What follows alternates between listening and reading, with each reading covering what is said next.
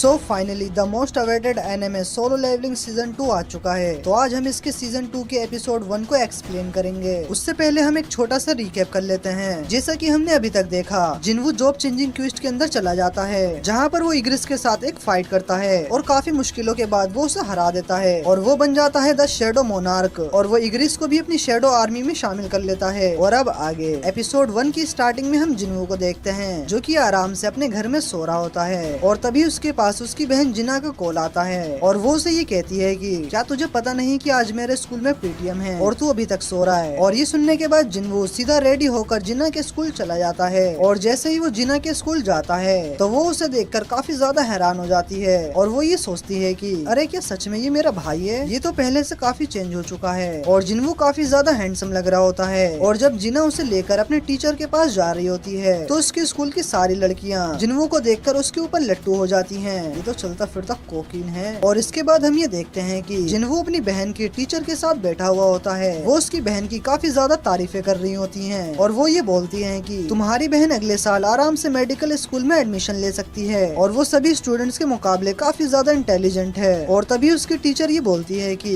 अगर तुम्हारी बहन जिना की भी अवेकनिंग हो जाए तो तुम क्या करोगे? क्या तुम उसे एक हंटर बनने दोगे? और ये सुनने के बाद जिन्वू उन्हें मना कर देता है। लेकिन यहाँ पर वो टीचर ये बताती है कि हमारे स्कूल में एक ऐसे ही लड़की है जिसके साथ बिल्कुल ही सेम सिचुएशन है, प्लीज क्या तुम उसे थोड़ा समझा सकते हो? जिन्वू उस लड़की से मिलने के लिए चला जाता है और ये लड़की जिना की फ्रेंड होती है और वो जिन्वू को देखकर काफी ज्यादा शॉक्ड हो जाती है। इस बंदे को तो मैंने पहले कहीं देखा है। और हम देखते हैं कि वही लड़की होती है जो कि पहले जिन्वू और योकन की टीम का पार्ट थी। और तभी हान कहती है मुझे नहीं पता कि टीचर ने तुम्हें क्या कहा है, पर मैं स्कूल नहीं जाऊंगी और ना ही मैं हंटिंग को छोड़ रही हूँ। और तभी जिन्वू कहता है तुम एक ई रैंक की हंटर हो ना, तो तुम उससे ज्यादा पैसे नहीं कमा सकती। मुझे पता है तुम हमारी स्ट्राइक टीम के जरिए थोड़े पैसे कमा चुकी हो, पर वो तुम्हारे लिए काफी नहीं है। अगर तुम मुझे यहाँ पर लेक्चर देने आए हो तो तुम यहाँ से वापस जा सकते हो। और वैसे भी तुम भी एक ई रैंक के हंटर हो ना, मैं यहाँ पर तुम्हें रोकने के लिए नहीं आया बल्कि कुछ दिखाने आया हूँ, तो चलो मेरे साथ। और दूसरी तरफ हम ये देखते हैं कि डोंगसुक जिन्वू और यो को ढूंढता हुआ यहाँ आ जाता है। तो अगर आपको याद होगा, जब जिन्वू और यो अपने पहले मिशन के ऊपर गए थे तब एक टीम ने उन दोनों को मरने के लिए डंजन में अकेला छोड़ दिया था और उस टीम का कैप्टन होता है डोंगसुक। पर जिन्वू ने उस पूरी की पूरी टीम को ही निपटा दिया था और डोंगसुक उसे डोंगसुक का भाई है, जो कि यहाँ पर जिन्वू और यो से अपने भाई की मौत का बदला लेने के लिए आया है। और हम देखते हैं कि हंटर एसोसिएशन का एक मेंबर उसके ऊपर नजर रख रहा होता है ताकि डोंगसुक यहाँ पर आकर कुछ गड़बड़ ना कर दे। और इसके बाद हम हंटर एसोसिएशन के चेयरमैन गो को देखते हैं, जो कि एस रैंक हंटर चॉय से कहते हैं कि तो अब उन मॉन्स्टर्स के पास विंग्स भी आ चुके हैं। यस सर, यहाँ पर असली इशू तो ये है कि उनकी डेड बॉडीज हमें समुद्र के पास मिली है। तो तुम कहना चाहते हो कि अब वो मॉन्स्टर्स उड़ भी सकते हैं? आपने सही कहा, पर वो इस टाइम पर थोड़ी ही डिस्टेंस तक उड़ सकते हैं, पर उन्हें यहाँ पर पहुँचने में ज्यादा टाइम नहीं लगेगा। तो फिलहाल मुझे जल्द से जल्द इस चीज के ऊपर छानबीन करनी चाहिए। और दूसरी तरफ हम जिन्वू और हान को देखते हैं, जो कि एक डंजन के गेट के पास पहुँच जाते हैं और वो गेट सी रैंक का होता है और ये डंजन व्हाइट टाइगर गिल्ड का होता है, जहाँ पर वो लोग फ्रेशर्स को ट्रेनिंग के लिए लाए होते हैं। और जिन्वू ने भी मैनेजर आन के साथ मिलकर हान की ट्रेनिंग की बात की होती है, जिस वजह से वो भी व्हाइट टाइगर गिल्ड के साथ उस गेट के अंदर जाने वाला है। और तभी एक बंदा कहता है आखिर हम कब तक यहाँ पर खड़े होकर बातचीत करते रहेंगे? और इस बंदे का नाम होता है किम जुल और ये एक ए रैंक का हंटर होता है और इसी बंदे ने यंग हंटर्स की ट्रेनिंग का जिम्मा उठा रखा है और यही बंदा इस टीम का कैप्टन है। जिसके बाद इन सभी की 10 हंटर्स की टीम रेडी हो जाती है और जिन्वू अपने मन में सोचता है कि मैं उम्मीद करता हूँ कि जब हान को पता चलेगा कि डंजन के अंदर जाना कितना ज्यादा खतरनाक हो सकता है तो वो अपने आप पीछे हट जाएगी। जिसके बाद वो सभी लोग उस गेट के अंदर चले जाते हैं। पर तभी जिन्वू को कुछ एहसास होता है और हम देखते हैं कि अचानक से वो सी रैंक का गेट रेड गेट में ट्रांसफॉर्म हो जाता है। जिन्वू हान को लेकर उस गेट से निकलने की काफी ज्यादा कोशिश करता है, पर जिन्वू गेट से बाहर नहीं निकल पा रहा होता, बस उसकी आधी बॉडी ही बाहर निकल पाती है और वो वहाँ पर खड़े दोनों बंदों को मदद लाने के लिए कहता है। और दूसरी तरफ व्हाइट टाइगर गेट का ओनर बैग भी इस न्यूज को सुनकर काफी ज्यादा शॉक हो जाता है। आखिर ये कैसे हो सकता है? एक सी रैंक का गेट आखिरकार रेड गेट में ट्रांसफॉर्म कैसे हो गया? और यहाँ जिन्वू और उसकी टीम एक अलग ही डंजन में पहुँच जाती है, जहाँ पर चारों तरफ बर्फ ही बर्फ होती है और किसी को भी कुछ भी समझ नहीं आ रहा होता। और तभी किम कहता है सभी लोग ध्यान दो, ये एक रेड गेट है। हान कहती है आखिर ये रेड गेट क्या होता है? जिन्वू से ये बताता है कि रेड गेट एक बहुत ही खतरनाक गेट है, जो कि आपको एक ऐसे डंजन में ले जाता है जिसका बाहर की दुनिया के साथ कोई भी लेना देना नहीं होता और आप यहाँ से तब तक बाहर नहीं जा सकते जब तक आप डंजन के बॉस को ना हरा दो या फिर ये डंजन अपने आप ही टूट जाए और ऊपर से बाहर से कोई भी आपकी मदद करने नहीं आ सकता। और यहाँ के मॉन्स्टर सच में काफी ज्यादा खतरनाक होते हैं। और तभी हम देखते हैं कि एक उड़ता हुआ एरो हान के पास पहुँच जाता है, पर जिन्वू उसे अपने एक हाथ से रोक लेता है। और हम देखते हैं कि उनका एक मेंबर उस एरो से मारा जाता है। और तभी वो देखते हैं कि ये सारा का सारा काम इन आइस एल्फ का होता है, जो कि यहाँ पर कमजोर लोगों को खत्म करने के लिए आए होते हैं। जैसे कि हान और वो बंदा दोनों ही ई रैंक के हंटर होते हैं, इसलिए उन आइस एल्फ्स ने इन दोनों को ही टारगेट किया और वो आइस एल्फ्स वहाँ से चले जाते हैं। जिसके बाद किम कहता है, जैसा कि तुम सभी को पता है कि रेड गेट होने की वजह से अब हमारी मदद करने कोई नहीं आ सकता और अब हमें बी रैंक या फिर उससे हायर रैंक के मॉन्स्टर्स के साथ फाइट करनी पड़ेगी और मैं तुम सभी को एक साथ प्रोटेक्ट नहीं कर सकता, जिस वजह से हम दो ग्रुप में बट जाएंगे ताकि हम सभी जिंदा रह सकें। तो इसलिए जो जिंदा रहना चाहता है वो मेरे साथ चलो। अब हम देखते हैं व्हाइट टाइगर गिल्ड के सारे मेंबर्स किम के साथ जाने लगते हैं, पर किम सी रैंक या फिर उससे कम रैंक वाले हंटर्स को अपनी टीम में शामिल नहीं करता, क्योंकि उसे लगता है कि अगर उन सभी को जिंदा बचकर वापस जाना है तो हमारे टीम में सिर्फ स्ट्रॉन्ग बंदे होने चाहिए। और क्योंकि इस जगह का एक दिन बाहर की दुनिया के 1 घंटे के बराबर होता है, तो किसी को पता नहीं होता कि उनके लिए मदद कब आएगी, इसलिए वो कमजोर हंटर्स को अपनी टीम में शामिल नहीं करना चाहता था। और तभी हम देखते हैं कि एक बी रैंक की हंटर किम की टीम को छोड़कर जिन्वू की टीम में आ जाती है और वो लड़की जिन्वू से कहती है, किम तो उस एरो को नोटिस भी नहीं कर पाया था, पर तुमने तो उसे अपने एक ही हाथ से रोक दिया था, जिसका मतलब तुम एक ही रैंक के हंटर तो नहीं हो सकते। जिसके बाद किम अपनी टीम को लेकर खुले मैदान में चला जाता है और जिन्वू अपनी टीम को लेकर जंगल में चला जाता है। थोड़ी दूर जाकर किम को एहसास होता है कि वो एरिया आइस बियर्स का है और उसे लगता है कि जिन्वू की टीम काफी आसानी से मारी जाएगी। और तभी उनकी टीम के ऊपर 3 आइस बियर्स अटैक कर देते हैं और किम एक आइस बियर को बीच में से ही काट देता है, जिससे कि बाकी आइस बियर्स को काफी ज्यादा गुस्सा आ जाता है और वो उनके ऊपर हमला कर देते हैं। दूसरी तरफ हम जिन्वू को देखते हैं, जो कि ठंड से बचने के लिए उन सभी को कोट दे देता है, जिसे देखकर वो सभी लोग हैरान हो जाते हैं, क्योंकि एक हाई रैंक का हंटर भी 2 या 3 चीजों को ही स्टोर कर सकता है। और तभी हान कहती है, आखिर तुम कौन हो? और जिन्वू कहता है, मैं तुम लोगों को यहाँ पर लाया हूँ तो तुम्हारी जिम्मेदारी मेरी है, पर उसके बदले में ये चाहता हूँ कि तुम मुझसे कोई भी सवाल ना पूछो और मैं तुम दोनों से भी रिक्वेस्ट करता हूँ कि तुम दोनों भी मुझसे कुछ ना पूछो। और तभी उनके सामने एक आइस बियर आ जाता है और जिन्वू उसके साथ लड़ने के लिए अपने टाइटल को चेंज कर देता है, वुल्फ असैसिन। दूसरी तरफ व्हाइट टाइगर गिल्ड का लीडर बेक उस गेट को देखने के लिए आ जाता है और उसे इस बात की उम्मीद होती है कि ए रैंक हंटर किम कुछ बी रैंक के हंटर्स को बचाकर बाहर जरूर ले आएगा। और तभी एक बंदा जिन्वू के बारे में बताता है और उसे ये भी बताता है कि उसे लगता है कि जिन्वू की री अवेकनिंग हुई है, पर उसे इस बात का कंफर्मेशन अभी तक नहीं मिला। और जिन्वू को ढूंढते हुए डोंगसुक वहाँ पर आ जाता है और बेक कहता है, आखिरकार तुम मेरे एरिया में क्या कर रहे हो? तुम तो अमेरिका में थे ना, तो ये तुम्हारा एरिया है। चलो फिर मैं तुमसे एक क्वेश्चन पूछता हूँ, आखिरकार तुमने 2 मेंबर्स जो कि तुम्हारे गिल्ड के हैं भी नहीं, उन्हें इस गेट के अंदर जाने की परमिशन कैसे दे दी? मैं उस जिन्वू को ढूंढता हुआ यहाँ पर आया हूँ, पर मुझे नहीं लगता कि वो इस रेड गेट से बाहर आ भी पाएगा। और बेक अपने मन में सोचता है कि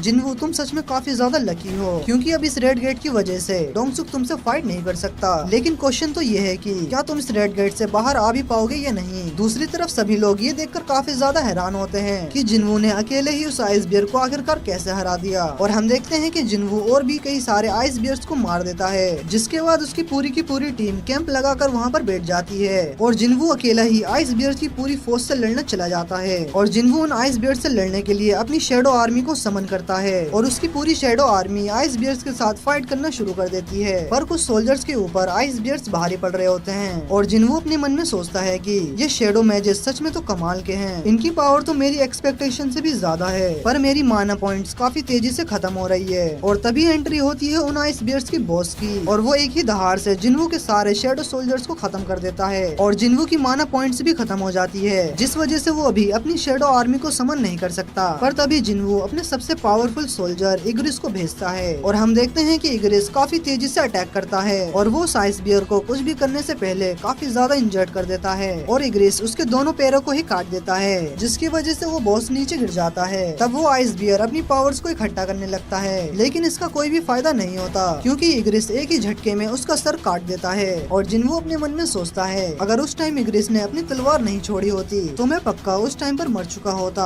और ये तो इस टाइम पर मुझसे भी ज्यादा पावरफुल है। और दूसरी तरफ हम ये देखते हैं कि किम के सारे टीम मेंबर्स मारे जा चुके हैं और उसे समझ नहीं आ रहा होता कि आखिरकार ऐसा कैसे हो गया। और तभी उसके सामने ही एक आइस एल्फ आकर उसके साथी को बड़े ही बेरहमी से मार देता है और वो डर के मारे वहाँ से भाग जाता है, जिसके बाद जिन्वू अराइज कहता है और उन सभी बियर्स की शेडो एक्सट्रैक्ट हो जाती है और इसकी वजह से जिन्वू की आर्मी और भी ज्यादा बड़ी हो जाती है वहीं गेट के बाहर अब 3 घंटे बीत चुके हैं, यानी कि गेट के अंदर 3 दिन बीत चुके हैं। डोंगसुक को लगता है कि जिन्वू मर चुका होगा और वो वहाँ से जाने लगता है, लेकिन एक मिनट, वो तो व्हाइट टाइगर गिल्ड का मेंबर है ही नहीं, तो वो इस गेट में कैसे गया? दरअसल वो मेरा दोस्त है, वो लेवल सी के गेट्स को देखना चाहता था, इसलिए मैं उसे साथ ले आया। अच्छा तो ये बात है। और तभी हम देखते हैं कि डोंगसुक उसका गला पकड़ लेता है। प्लीज सर, मुझे छोड़ दीजिए, मुझे इसके बारे में कुछ नहीं पता। और तभी उसका हाथ बाइक आकर पकड़ लेता है। डोंगसुक, इसे छोड़ दो। क्या एक छोटी सी कंट्री का गिल्ड मास्टर मुझे ऑर्डर दे रहा है? और इसकी वजह से बाइक को भी काफी ज्यादा गुस्सा आ जाता है और वो भी अपनी पावर्स को अनलिश करने लगता है और दोनों की ही पावर्स आपस में क्लैश होने लगती है और डर के मारे आन पीछे जाने लगता है। एस रैंक हंटर्स की लड़ाई, अगर हमने इसे नहीं रोका तो। लेकिन तभी वो दोनों एक दूसरे को पंच करते हैं, जिसकी वजह से वहाँ की जमीन टूटने लगती है और सच में इनकी पावर्स काफी ज्यादा डेडली होती है। लेकिन तभी हम देखते हैं कि एन वक्त पर एक बंदा बीच में आ जाता है और वो उन दोनों के पंचेस को रोक देता है। अगर आप दोनों ने अपनी ताकत को ना रोका होता तो आज मैं अपने दोनों हाथों को खो बैठता। मुझे नहीं पता कि आप यहाँ पर किस लिए आए हो, पर 2 महीने पहले मैंने खुद संग जिन्वू की पावर्स को टेस्ट किया था। वो सच में अभी भी एक ई रैंक का हंटर ही है। और हाँ, डोंगसुक को किसी जानवर ने मारा था। नहीं, तुम अभी भी झूठ कह रहे हो। मेरे भाई को यो ने मारा है। फिर आप जिन्वू के पीछे क्यों पड़े हो? तुम अभी तक नहीं समझे, वो बस किसी को मारने का बहाना है। और तभी उसे कोई मैसेज आता है और वो वहाँ से चला जाता है और फिलहाल के लिए इनकी सर से मुसीबत हट जाती है और कुछ समय के लिए डोंगसुक नाम की मुसीबत टल जाती है। वहीं डंजन के अंदर किम चलता चलता उसी बियर्स के ढेर के पास पहुँच जाता है जिन्हें जिन्वू ने खत्म किया था, तो इसलिए मुझे कोई बियर्स दिखाई नहीं दिए। क्या उसी ई रैंक के हंटर ने इन सभी को मारा है? नहीं नहीं, ये उनके बस का काम नहीं है। क्या ये सारा का सारा काम उन्हीं एल्फ्स का है? और वो डर के मारे वहाँ से भाग जाता है। इसके बाद वो भागता भागता जिन्वू के कैंप के पास पहुँच जाता है, जो कि काफी आराम से खाना वाना खा रहे होते हैं। और ये देखकर किम की काफी ज्यादा जल जाती है। तुम लोग अभी तक जिंदा कैसे हो? मेरी टीम पूरी तरह से खत्म हो गई सिर्फ तुम्हारी वजह से, क्योंकि हमारे पास खाना और वेपन्स नहीं थे। तुम लोगों ने सब कुछ अपने लिए रख लिया। और उसे लगता है कि पाक ने भी उसकी टीम को इसलिए ज्वाइन किया क्योंकि उसको इसके बारे में पहले से पता था और वो जिन्वू की टीम के ऊपर अटैक करने के लिए आगे बढ़ने लगता है। लेकिन जैसे ही वो उनके ऊपर हमला करने जाता है, जिन्वू आकर उसे रोक देता है और उसके हाथ के हल्के प्रेशर से ही वो उड़ता हुआ दूर चला जाता है। तुम लोगों ने अपनी टीममेट्स को मरवा दिया और हमें भी मुसीबत में डाल दिया। तुम अपनी प्रेजेंस को नहीं छुपा सकते। और तभी उसके सामने कई सारे आइस एल्फ्स आ जाते हैं और उनके साथ उनका लीडर भी होता है और इस बंदे का नाम होता है बारूका। और वो ये बोलता है, लगता है इस कूड़े के अंदर कोई काम का बंदा है। वहीं जिन्वू उन आइस एल्फ्स की बातों को समझ पाता है और ये चीज देखकर वो सभी लोग हैरान हो जाते हैं। अच्छा, तो तुम हमारी बातों को समझ सकते हो? और जिन्वू को लगता है कि शायद ये सिस्टम की वजह से हो रहा है। चलो ये भी अच्छी बात है, इसने मुझसे कहा था कि ये तुम्हारे साथ फाइट करना चाहता है। लेकिन तभी जिन्वू बिजली की रफ्तार से उसकी गर्दन को काट देता है। शायद तुम कुछ कह रहे थे। जिसके बाद जिन्वू उसके ऊपर भी हमला कर देता है, पर वो जिन्वू के अटैक को काफी आसानी से ब्लॉक कर देता है और जिन्वू समझ जाता है, लगता है ये बंदा मेरे से ज्यादा पावरफुल है। ये तो काफी ज्यादा इंटरेस्टिंग हो रहा है। जब तुम ह्यूमन नहीं हो तो तुम ह्यूमंस का साथ क्यों दे रहे हो? लेकिन जिन्वू को कुछ भी पल्ले नहीं पड़ रहा होता कि आखिरकार ये बंदा कह क्या रहा है। वाह, तुम्हें तो ये भी नहीं पता कि आखिर तुम क्या चीज हो। हमें हर वक्त आवाजें सुनाई देती है जो हमें ह्यूमंस को मारने को कहती है, पर तुमसे लड़ते वक्त वो आवाजें सुनाई नहीं दे रही। ये बिल्कुल मेरे सिस्टम की कमांड के जैसा है और मेरे खिलाफ उसे आवाजें सुनाई नहीं दे रही। शायद क्योंकि अब मैं एक प्लेयर बन गया हूँ। सुन में चिकने, हमें लड़ने की कोई जरूरत नहीं है। तू बस पीछे खड़े ह्यूमंस को हमारे हवाले कर दे और हम तुम्हारी जिंदगी को बख्श देंगे। तू है कौन बे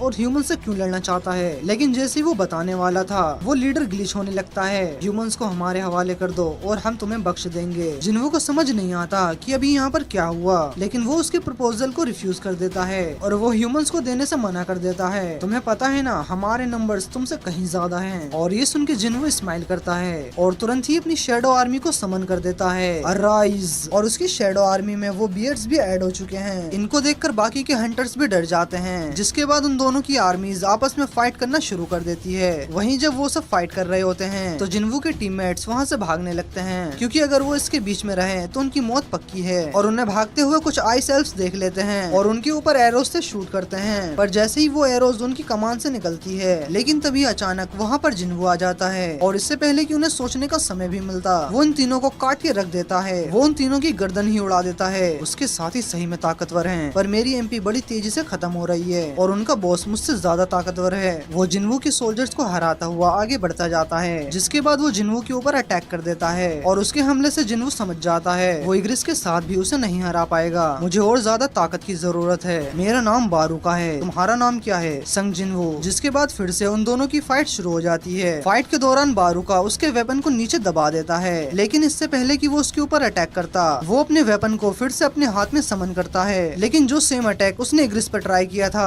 और बारूका उस अटैक को भी काफी आसानी से डॉज कर लेता है और वो जिन्वू के ऊपर एक किक मारता है और वो उड़ता हुआ पीछे जाकर गिर जाता है। तभी जिन्वू के मैजेस बारूका के ऊपर एक फायर बॉल से अटैक करते हैं और इस ब्लास्ट की वजह से किम को भी होश आ जाता है और अपने सामने जिन्वू को देखकर उसको काफी ज्यादा गुस्सा आने लगता है। साले जिन्वू तेरी तो। और वो अपनी तलवार को निकाल के उसके ऊपर अटैक करने के लिए जाने लगता है। पीछे से किम आ रहा था और उसके सामने से बारूका, वो उसके ऊपर अटैक करने के लिए आता है। वो जिन्वू के ऊपर हमला करने ही वाला था, लेकिन तभी स्नो के अंदर से एक नया सोल्जर बाहर आता है और हम कुछ सेकंड्स पहले का सीन देखते हैं। जब किम जिन्वू के ऊपर अटैक करने के लिए आ रहा होता है, तब उसने इग्रिस को समन किया, जिसने स्नो को उड़ाकर सारी चीजें छुपा ली और अगले ही पल उसने अपनी तलवार को किम जुल की छाती में घुसेड़ दी और उसके मरने के बाद जिन्वू उसकी शैडो को भी एक्सट्रैक्ट कर देता है, जो कि काफी ज्यादा पावरफुल था और उसके हमले से बारूका पीछे हो जाता है और जिन्वू उसका नाम आयरन रख देता है। आयरन जब अपनी टोंट स्किल का यूज करता है, बारूका सबसे पहले उसी के ऊपर अटैक करने जाता है, लेकिन बारूका के लिए आयरन की मूवमेंट्स काफी ज्यादा स्लो थी, तो वो आसानी से उसके सारे अटैक से बच रहा होता है। वहीं वो तीनों पेड़ के पीछे छुपकर इन सारी चीजों को देख रहे होते हैं। मिस पार्क, क्या हंटर्स की लड़ाई ऐसी होती है? अगर ऐसा है तो मैं कभी हंटर नहीं बन पाऊंगी। उन्होंने भी इतनी खतरनाक लड़ाई पहले कभी नहीं देखी। और इसके बाद जिन्वू और इग्रिस दोनों एक साथ बारूका पर टूट पड़ते हैं और इन दोनों के साथ में लड़ने के बाद भी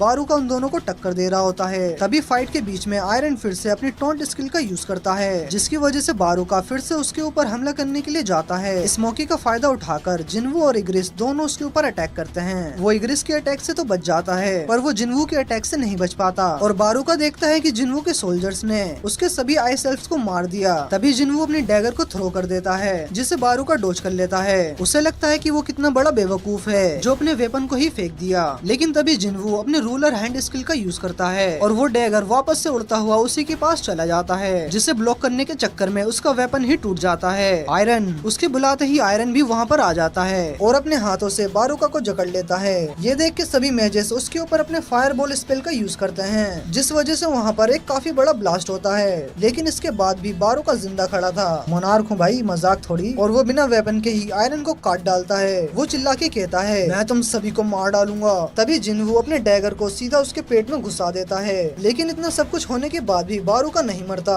अभी ये लड़ाई खत्म नहीं हुई। तभी आयरन फिर से खड़ा होता है और अपने हैमर से एक जोरदार अटैक करता है और इसकी वजह से बारूका जमीन में फिट हो जाता है और इसकी वजह से जिन्वू के 2 लेवल्स भी बढ़ जाते हैं। लेकिन तभी वो देखता है कि आयरन बारूका के मरने के बाद भी उसे अपने हैमर से मार रहा होता है। अबे ओए आयरन, रुक जा, मर गया वो। दरअसल वो चेक कर रहा होता है कहीं बारूका जिंदा तो नहीं है और इग्रिस आयरन की इन कारनामों को देखकर अपना मुंह मोड़ लेता है। तो वो बाकी के मैचेस के साथ मिलकर सेलिब्रेट करने लगता है। जीत गए भाई, हम जीत गए, खुशियां मनाओ, जीत गए। और अब क्योंकि उस डंजन का बॉस हार चुका था, तो बाहर का गेट भी ओपन हो जाता है, जिसे देखकर वो सभी लोग काफी ज्यादा खुश होते हैं। फाइनली अब हम सभी घर जा पाएंगे। लेकिन उससे पहले जिन्वू बारूका की शैडो को एक्सट्रैक्ट करना चाहता था। वहीं डंजन के बाहर अब 7 घंटे बीत चुके थे, यानी कि डंजन के अंदर 1 हफ्ता बीत चुका था। और वहाँ पर खड़ा आन बाइक से कहता है, मैं यहाँ पर रहूंगा सर, आप यहाँ से जा सकते हो। इसके अंदर मेरे गिल्ड के मेंबर्स हैं, तो मैं यहाँ से वापस कैसे जा सकता हूँ। और तभी उस गेट का कलर ब्लू हो जाता है और कुछ लोग वहाँ से बाहर आ रहे होते हैं। ये देख के उसे लगता है कि ये जरूर किम होगा, लेकिन उस गेट के अंदर से पाक और गो बाहर आते हैं और पीछे से जिन्वू और सांगी भी बाहर आ जाते हैं। और ये देखकर बाइक हैरान हो जाता है, क्योंकि वो डंजन का गेट गायब हो जाता है। ए रैंक हंटर्स का क्या हुआ और किम कहाँ पर है? सिर्फ लो रैंक के हंटर्स ही सर्वाइव कर पाए। आखिरकार गेट के अंदर क्या हुआ था? चलो मैं तुम्हें घर छोड़ देता हूँ। लेकिन तभी बैग जिन्वू को रोक देता है, प्लीज रुको जरा, मैं तुमसे बात करना चाहता हूँ। मैं पहले से ही काफी ज्यादा थक चुका हूँ, क्यों ना तुम अपने बंदों से ही बात करो। लेकिन इसकी वजह से बाइक को गुस्सा आ जाता है। ये कोई रिक्वेस्ट नहीं थी, ये एक ऑर्डर था। इस इंसिडेंट की वजह से हमारे 6 मेंबर्स मिसिंग है। मैं इंचार्ज हूँ, तो मुझे तुमसे सवाल करना ही होगा। मैं समझ सकता हूँ, पर मैंने तो तुम्हारे 2 मेंबर्स को बचाया है, तो तुम्हें नहीं लगता कि तुम्हें पहले मेरा शुक्रिया अदा करना चाहिए? ये सुन के बाइक शांत हो जाता है। तुम सच कह रहे हो, मैं अपनी बदतमीजी के लिए तुमसे माफी मांगता हूँ। इसके बाद जिन्वू सांगी को लेकर वहाँ से चला जाता है। जिन्वू के जाने के बाद बाइक पाक से पूछता है, आखिरकार उस बंदे की दिक्कत क्या है? वो इतने गुस्से में क्यों था? पाक कहती है कि उसे भी इसके बारे में नहीं पता।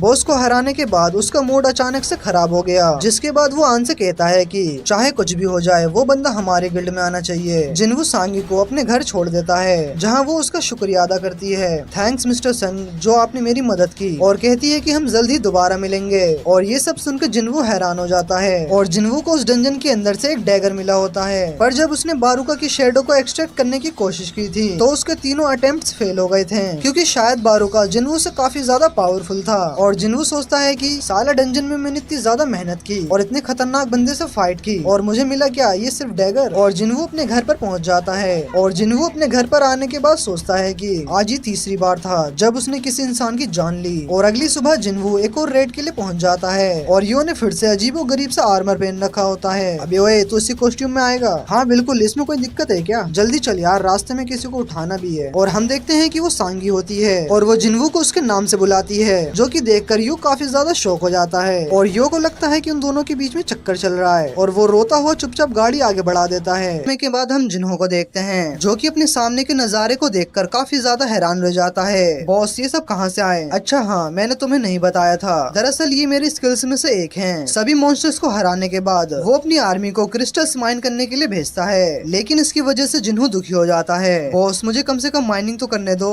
ये देखकर जिन्हो का एक सोल्जर उसे अपने माइन किए हुए क्रिस्टल्स दे देता है। इसके बाद हमारा सीन शिफ्ट हो जाता है, जहाँ पर हम एक बंदे को देखते हैं जो कि एक टूटी फूटी शिप में खड़ा था और एक बंदा उसे देखकर काफी ज्यादा डर रहा होता है। तू डर क्यों रहा है यार, शांत हो जा। और इन दोनों को एक दूसरे की भाषा समझ में नहीं आती और ये बंदा उसे इंग्लिश में बताता है कि I am a human, I want go to home. और ये बंदा कोई और नहीं होता बल्कि अपने संग जिन्वू का एक लौता बाप होता है। दूसरी तरफ 19 रेड कंप्लीट करने पर वो दोनों सेलिब्रेट कर रहे थे और इसके बाद जिन्हो को सिर्फ रिटन एग्जाम देना है, फिर उसे भी गिल्ड मास्टर का लाइसेंस मिल जाएगा। जिन्वू उसे बताता है कि मुझे थोड़ा कुछ काम है जिस वजह से तुम मुझसे कुछ समय के लिए कांटेक्ट नहीं कर पाओगे। ये सुन के जिन्हो को लगता है कि वो बस उससे पीछा छुड़ाना चाहता है और वो उसे बताता है कि मेरा भी एक भाई है पर वो मुझसे ज्यादा प्यार नहीं करता। हमने बचपन में भी ज्यादा समय साथ में नहीं बिताया, पर आपने मेरी कई बार जान बचाई है और ऊपर से आप मेरी मदद भी कर रहे हो। काश आप मेरे बड़े भाई होते।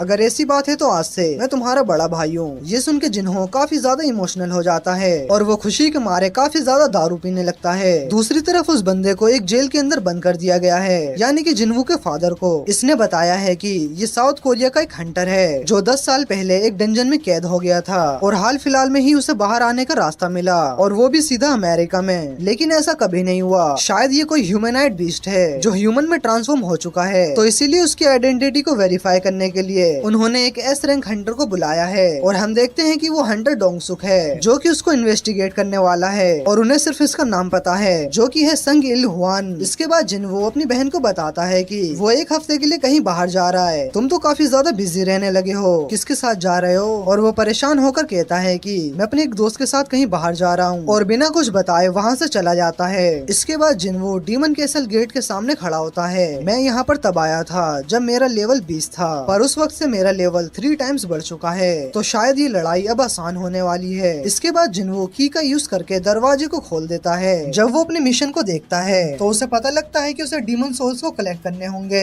एक सेकंड, 10,000 डीमन सोल्स? इस जगह पर इतने सारे डीमंस हैं? लेकिन चाहे कुछ भी हो जाए मेरा मिशन एक ही है, अपनी मोम के लिए एलेक्सर ऑफ लाइफ बनाना। तो चाहे 10,000 डीमंस हो या 10 लाख, मैं इस मिशन को कंप्लीट करके रहूंगा। दूसरी तरफ हम जिन्हो को देखते हैं जो कि अपने फादर से गिल्ड की कमांड के लिए बात कर रहा था। मैं जानता हूँ कि बड़े भाई भी गिल्ड के मास्टर बनना चाहते हैं, पर वो किसी बाहर के बंदे को बुला के गिल्ड को रन करना चाहते हैं, पर मुझे लगता है कि हमारी कंट्री के फ्यूचर के लिए ये बहुत ही ज्यादा रिस्की होगा। संग जिन्हो, ये वही है ना जो 3 मेजर इंसिडेंट में इन्वॉल्व था? डबल डंजन, वो रेड जिसमें हान की टीम को टपका दिया गया था, और कैंग वाला इंसिडेंट जिसमें कि वो अपने ही क्रिमिनल्स को मार रहा होता है, पर इतने खतरनाक रेड्स पर भी हर बार वो जिंदा वापस आया। और ये वही हंटर है जिसने तुम्हारी 19 रेड्स कंप्लीट करने में मदद की है, और यहाँ तक कि रेड गेट में भी उसी ने कुछ हंटर्स को बचाया था। तुम्हें गिल्ड मास्टर का लाइसेंस भी जिन्हो की वजह से मिला है, और फिर भी तुम गिल्ड मास्टर बनना चाहते हो। डैड, चाहे कुछ भी हो, मैं यूजिन गिल्ड का मास्टर बनना चाहता हूँ। ठीक है, मैं तुम्हारी बात मान लेता हूँ, पर मेरी एक शर्त है। मैंने सुना है कि व्हाइट टाइगर गिल्ड जिन्हो को अपने गिल्ड में शामिल करना चाहती है, तो तुम्हें उसे हमारे गिल्ड में लाना होगा। ठीक है डैड, ये हो जाएगा। दूसरी तरफ डीमन कैसल में जिन्हो को पता लगता है कि वो इन डीमंस की सोल्स को एक्सट्रैक्ट नहीं कर सकता। इतने सारे डीमंस को मारा है मैंने, लगता है इसका कोई फायदा नहीं होगा। और तभी जिन्हो को एक एंट्री परमिट मिलता है इसके अगले फ्लोर पर जाने का, और उसे सामने एक बड़ी सी रोशनी दिखती है जो कि उसे 2nd फ्लोर तक लेकर जाएगी। आखिर ये डीमन कैसल कितना बड़ा है, ऐसा लगता है कि एक पूरा का पूरा शहर एक बिल्डिंग के अंदर समाया हो। जिन्हो चलते चलते थक जाता है तो वो बियर्स के लीडर को समन करता है। वो बियर काफी स्पीड से आगे बढ़ रहा होता है, और जो भी डीमंस उसके सामने खड़े होते हैं वो उन्हें कुचलता हुआ आगे बढ़ रहा होता है। और जिन्वो इसकी पावर्स को देखकर काफी ज्यादा इम्प्रेस होता है और इसीलिए वो उसका नाम टैंक रख देता है। और दूसरी तरफ हमें चाहिन के दर्शन करवाए जाते हैं। कुछ लड़कियां उसकी सुंदरता को देखकर उसकी तारीफ कर रही होती हैं। चाहिन चोई के साथ हुई बातों को याद कर रही थी। हमने डिसाइड किया है कि जेजू आइलैंड की लोकेशन को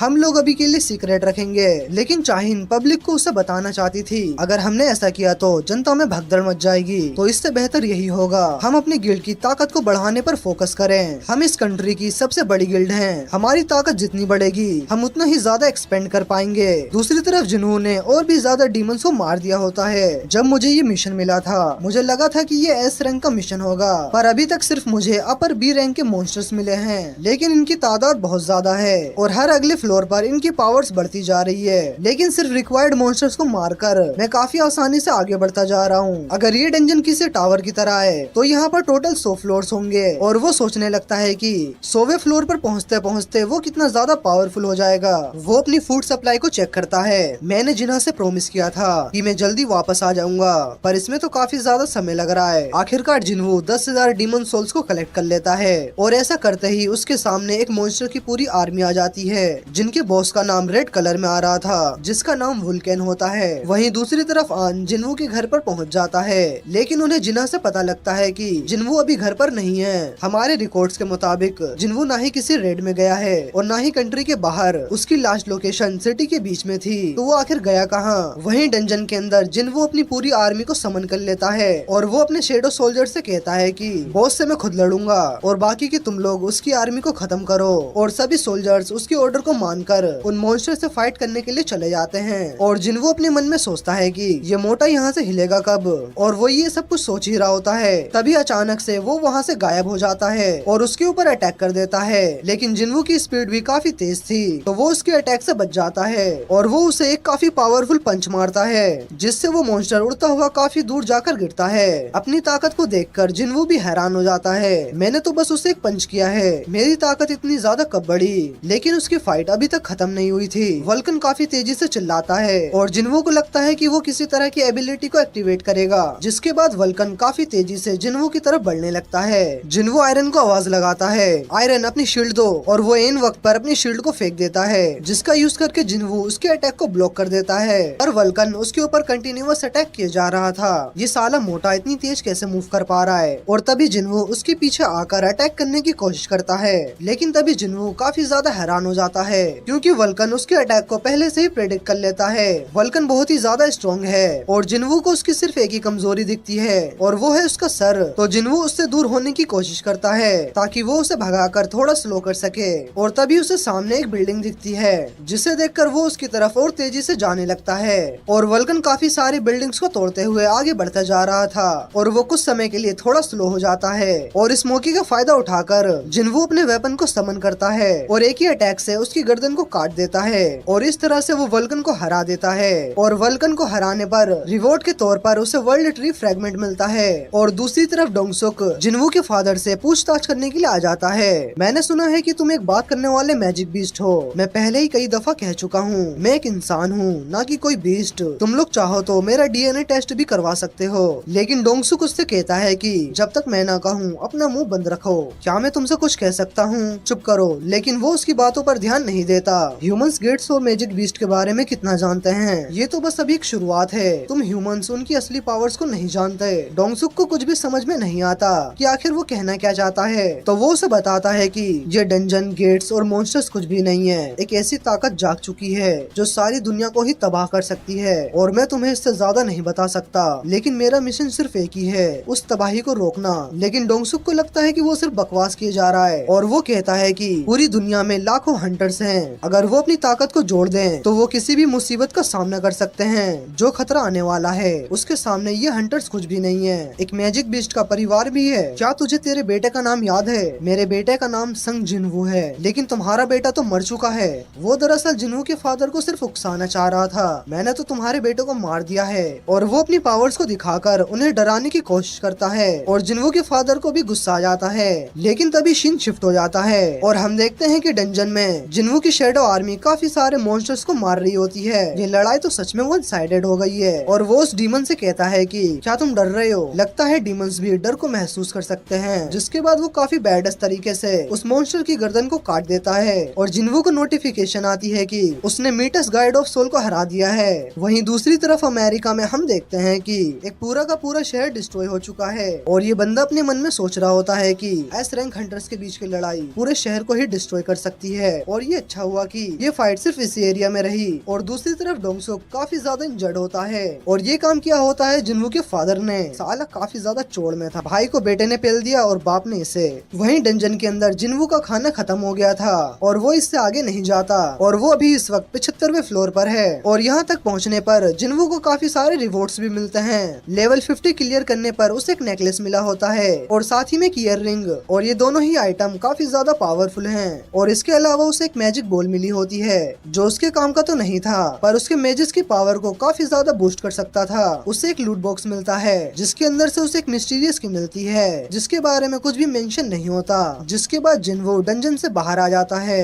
अब एलेक्सर ऑफ लाइफ बनाने के लिए मुझे सिर्फ एक इंग्रेडिएंट की जरूरत है और वो है डीमन किंग का प्यूरिफाई ब्लड। लेकिन मैं अभी भी किसी भी एस रैंक डंजन में नहीं जा सकता। तो अब टाइम आ चुका है इस नाटक को यहीं पर खत्म करने का। मुझे अपना लाइसेंस अपग्रेड करवाना होगा। और इसके बाद हमें रैंक असेसमेंट ऑफिस को दिखाया जाता है जहाँ पर सभी हंटर्स अपने रैंक को चेक करवाते हैं और वहाँ पर व्हाइट टाइगर गिल्ड का रिक्वेटर होता है जो कि जिन्वू को देख लेता है और वो अपनी गिल्ड लीडर बैक को कॉल करता है और बताता है कि बॉस यहाँ पर जिन्वू रैंक असेसमेंट के लिए आया है। और ये सुनकर बैक तुरंत वहाँ पहुँचने के लिए निकल पड़ता है और इधर जिन्वू टेस्ट के लिए आ जाता है। ऑपरेटर सिर्फ इसे इस क्रिस्टल पर हाथ रखने के लिए कहती है जो कि उसकी मैजिकल पावर्स को मेजर करेगा। लेकिन तभी कंप्यूटर एरर शो करता है। ऑपरेटर उसे दोबारा से हाथ रखने के लिए कहती है पर कंप्यूटर इस बार भी एरर शो करता है। ऑपरेटर को लगता है कि ये मशीन खराब हो चुकी है और तभी उसका सीनियर वहाँ पर आता है और जब वो चेक करता है तब भी कंप्यूटर एरर ही शो करता है और ये देखकर वो हैरान हो जाता है और कहता है कि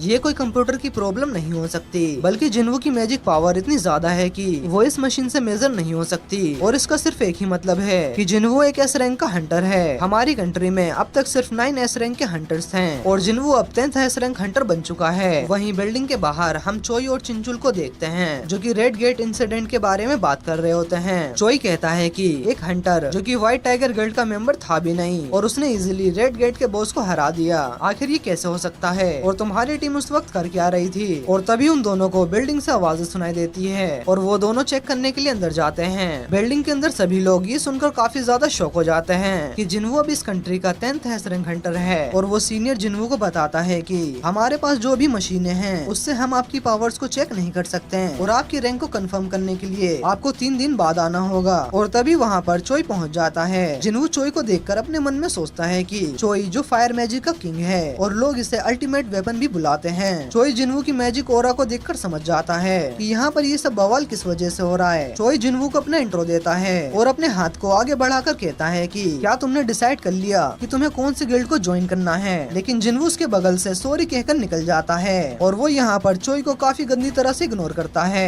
क्योंकि एस रैंक हंटर किसी सुपर स्टार से कम नहीं होते हैं। और तभी बैक वहाँ दौड़ता हुआ आ जाता है लेकिन उसके आने से पहले जिन्वू वहाँ से चला गया था। चोई बैक को ऐसा आते हुए देखकर समझ जाता है जिन्वू ही वो हंटर होगा जिसने रेड गेट को क्लियर किया था। बैक भी चोई को देखकर हैरान हो जाता है, अबे शिट यार इसे यहाँ होना जरूरी था। और वो दोनों एक दूसरे से बिना कुछ कहे वहाँ से चले जाते हैं। आगे हम देखते हैं कि जिन्वू हॉस्पिटल में अपनी माँ के पास बैठा होता है। जिन्वू अपनी मॉम से प्रॉमिस करता है, मॉम मैं आपको जल्दी ठीक कर दूंगा, ये मेरा वादा है। और बाहर निकलते ही वो देखता है कि जिनचुल उसका इंतजार कर रहा होता है। जिनचुल उसे बताता है कि मेरा काम हंटर्स पर नजर रखना है लेकिन बात अगर एस रैंक हंटर्स की हो तो हम उनके सामने कुछ नहीं है। जिन्वू उसकी बातों को सुनने में ज्यादा इंटरेस्टेड नहीं होता और वो वहाँ से जाने लगता है। लेकिन जिनचुल कहता है कि तुमसे कोई मिलना चाहता है और हम देखते हैं कि वो हंटर एसोसिएशन के प्रेसिडेंट गो गन ही होते हैं। वो जिन्वू को एस रैंक हंटर बनने पर कांग्रेट्स कहते हैं। जिन्वू उनसे कहता है कि पर अभी तो रीअसेसमेंट होना बाकी है। गुनी उसे बताते हैं कि वो तो बस इसलिए ताकि हंटर एसोसिएशन को तुमसे मिलने का समय मिल सके।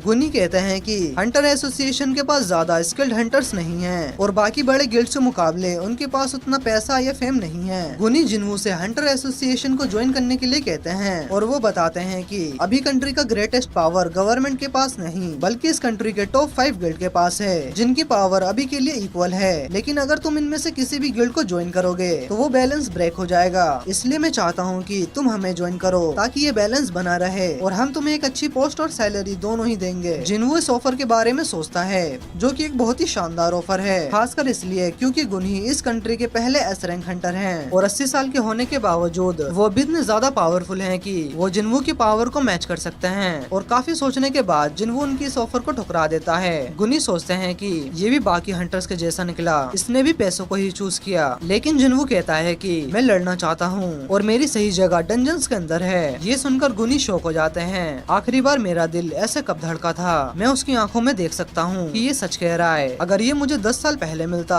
तो मैं इसके साथ खड़े होकर लड़ सकता था। गुनी जिन्वू की बात समझ जाते हैं और वो उसे ज्यादा फोर्स नहीं करते हैं। इसके बाद जिन्वू वहाँ से चला जाता है। जिन्वू घर जाते वक्त उन्हीं के ऑफर के बारे में सोचता है। हंटर एसोसिएशन केवल डी और ई रैंक के डंजन्स को ही हैंडल करती है और अगर मैं उनके ऑफर को एक्सेप्ट करता हूँ तो मैं हायर रैंक डंजन में नहीं जा पाऊंगा, लेकिन मुझे जल्दी से लेवल अप करने के लिए हायर डंजन्स में जाना होगा ताकि मैं अपनी मोम को ठीक कर सकूं। दूसरी तरफ हम डोंगसुक को देखते हैं जो कि हॉस्पिटल में एडमिट होता है।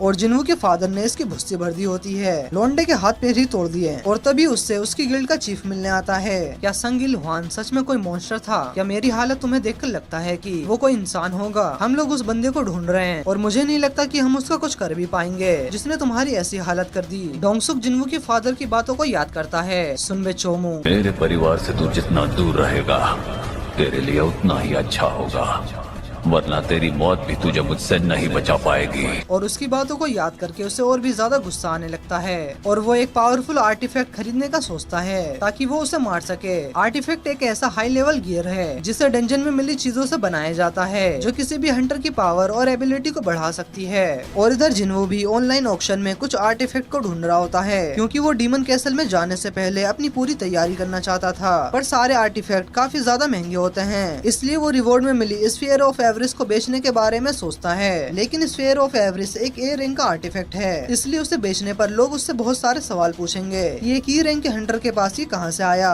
और रिकॉर्ड के मुताबिक वो अभी तक किसी भी हायर रैंक डंजन में नहीं गया। तभी उसकी नजर एक ऐड पर जाती है जिन्हें काम के लिए माइनर की आवश्यकता थी। दूसरी तरफ गुनही जिन्वू की हिस्ट्री को इन्वेस्टिगेट कर रहे होते हैं और वो देखते हैं कि जिन्वू अपनी ओरिजिनल फाइल में बिल्कुल अलग ही इंसान दिख रहा है। लगता है मैं किसी और ही बंदे से मिलकर आया हूँ और इसकी पर्सनैलिटी तो काफी ज्यादा चेंज हो चुकी है। सर, हमें अभी रिपोर्ट मिली है कि जिन्वू ने हंटर गिल्ड को ज्वाइन किया है। ये सुनकर गुनी सोचते हैं कि जिन्वू ने कल जो कुछ भी कहा वो सब झूठी था, लेकिन तभी वो बताता है कि संग जिन्वू ने हंटर गिल्ड की माइनिंग टीम को ज्वाइन की है। और ये सुनकर गुनी शॉक हो जाते हैं। जिन्वू, तुम्हें समझना काफी ज्यादा मुश्किल है। और इधर जिन्वू माइनिंग करने के लिए पहुंच जाता है। हाई लेवल डंजन्स को क्लियर करने में 3 तरह की टीम लगती है। स्ट्राइक टीम जो कि मॉन्स्टर्स से फाइट करती है, माइनिंग टीम जो कि डंजन्स में माना क्रिस्टल्स को कलेक्ट करती है, और कलेक्शन टीम जो मरे हुए मॉन्स्टर की बॉडी को बाहर निकालती है। इधर चोई कुछ हंटर्स के साथ डंजन के अंदर चला जाता है और उसके सामने कई सारे मॉन्स्टर्स हैं। वो अपने फायर मैजिक का यूज करके उनके ऊपर अटैक करता है और इस अटैक से वो सारे मॉन्स्टर्स मारे जाते हैं। पर क्योंकि फायर को कहीं जाने की जगह नहीं मिलती तो वो रिफ्लेक्ट होकर उन्हीं की तरफ आने लगता है और उसके साथ आए सभी सोल्जर्स एक शील्ड बनाकर उस अटैक से बच जाते हैं। मैंने अपनी पावर को काफी ज्यादा कंट्रोल किया है ताकि इन मॉन्स्टर्स की बॉडी पूरी तरह से डिस्ट्रॉय ना हो और वो उस डंजन से बाहर आ जाते हैं। जिन्वू देखता है कि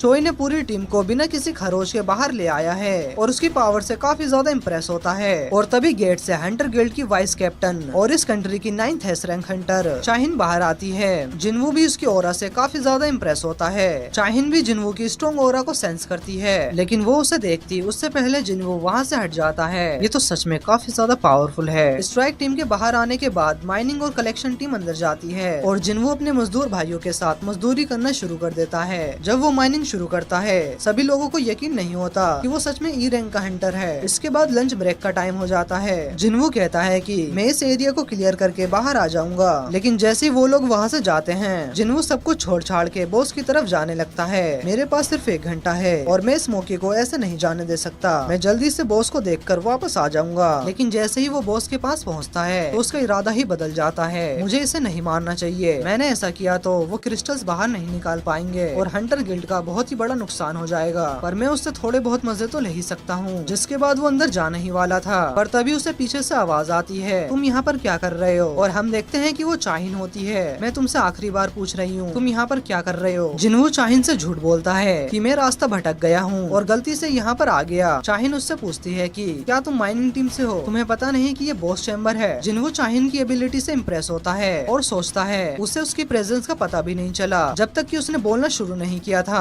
तभी चाहिन ये देखकर हैरान होती है, इस माइनर ने तो एक वेपन पकड़ा था जो कि अब उसके पास नहीं है। चाहिन उसे जल्दी से यहाँ से जाने को कहती है, क्योंकि अगर उसने बॉस को भड़का दिया तो पूरी की पूरी माइनिंग टीम खतरे में आ जाएगी। और जैसे ही जिन्हू चाहिन के पास से गुजरता है, चाहिन को कुछ अलग सा महसूस होता है। वो उसे रुकने के लिए कहती है। चाहिन जिन्हू के पास आकर उसे स्मेल करती है। वो नोटिस करती है कि जिन्हू से उसे वो बदबू नहीं आ रही है जो उसे बाकी हंटर से आती है। चाहिन उससे पूछती है, क्या तुम सच में एक हंटर हो? चाहिन जिन्हू का आईडी कार्ड चेक करती है और उसे वापस जाने के लिए कहती है। चाहिन सोचती है कि शायद वो लो रैंक का हंटर है, इस वजह से उसे बदबू नहीं बल्कि एक अच्छी स्मेल आ रही थी। इसके बाद माइनिंग टीम जिन्हू से पूछती है कि क्या तुम चाहिन से मिले? वो ब्रेक के टाइम पर डंजन में वापस आती रहती है, ये देखने के लिए कहीं बॉस हम वर्कर को मार ना दे। वो लोग जिन्हू को चाहिन की यूनिक कंडीशन के बारे में बताते हैं कि चाहिन को सभी हंटर से एक अजीब सी बदबू आती है, इसलिए वो हमेशा अपनी नाक पर रुमाल रखती है। ये सब सुनकर जिन्हू सोचता है कि चाहिन ने उसे देखकर कुछ अलग ही रिएक्ट किया था, शायद उसकी स्मेल बाकी हंटर जैसी नहीं है। उसे याद आता है कि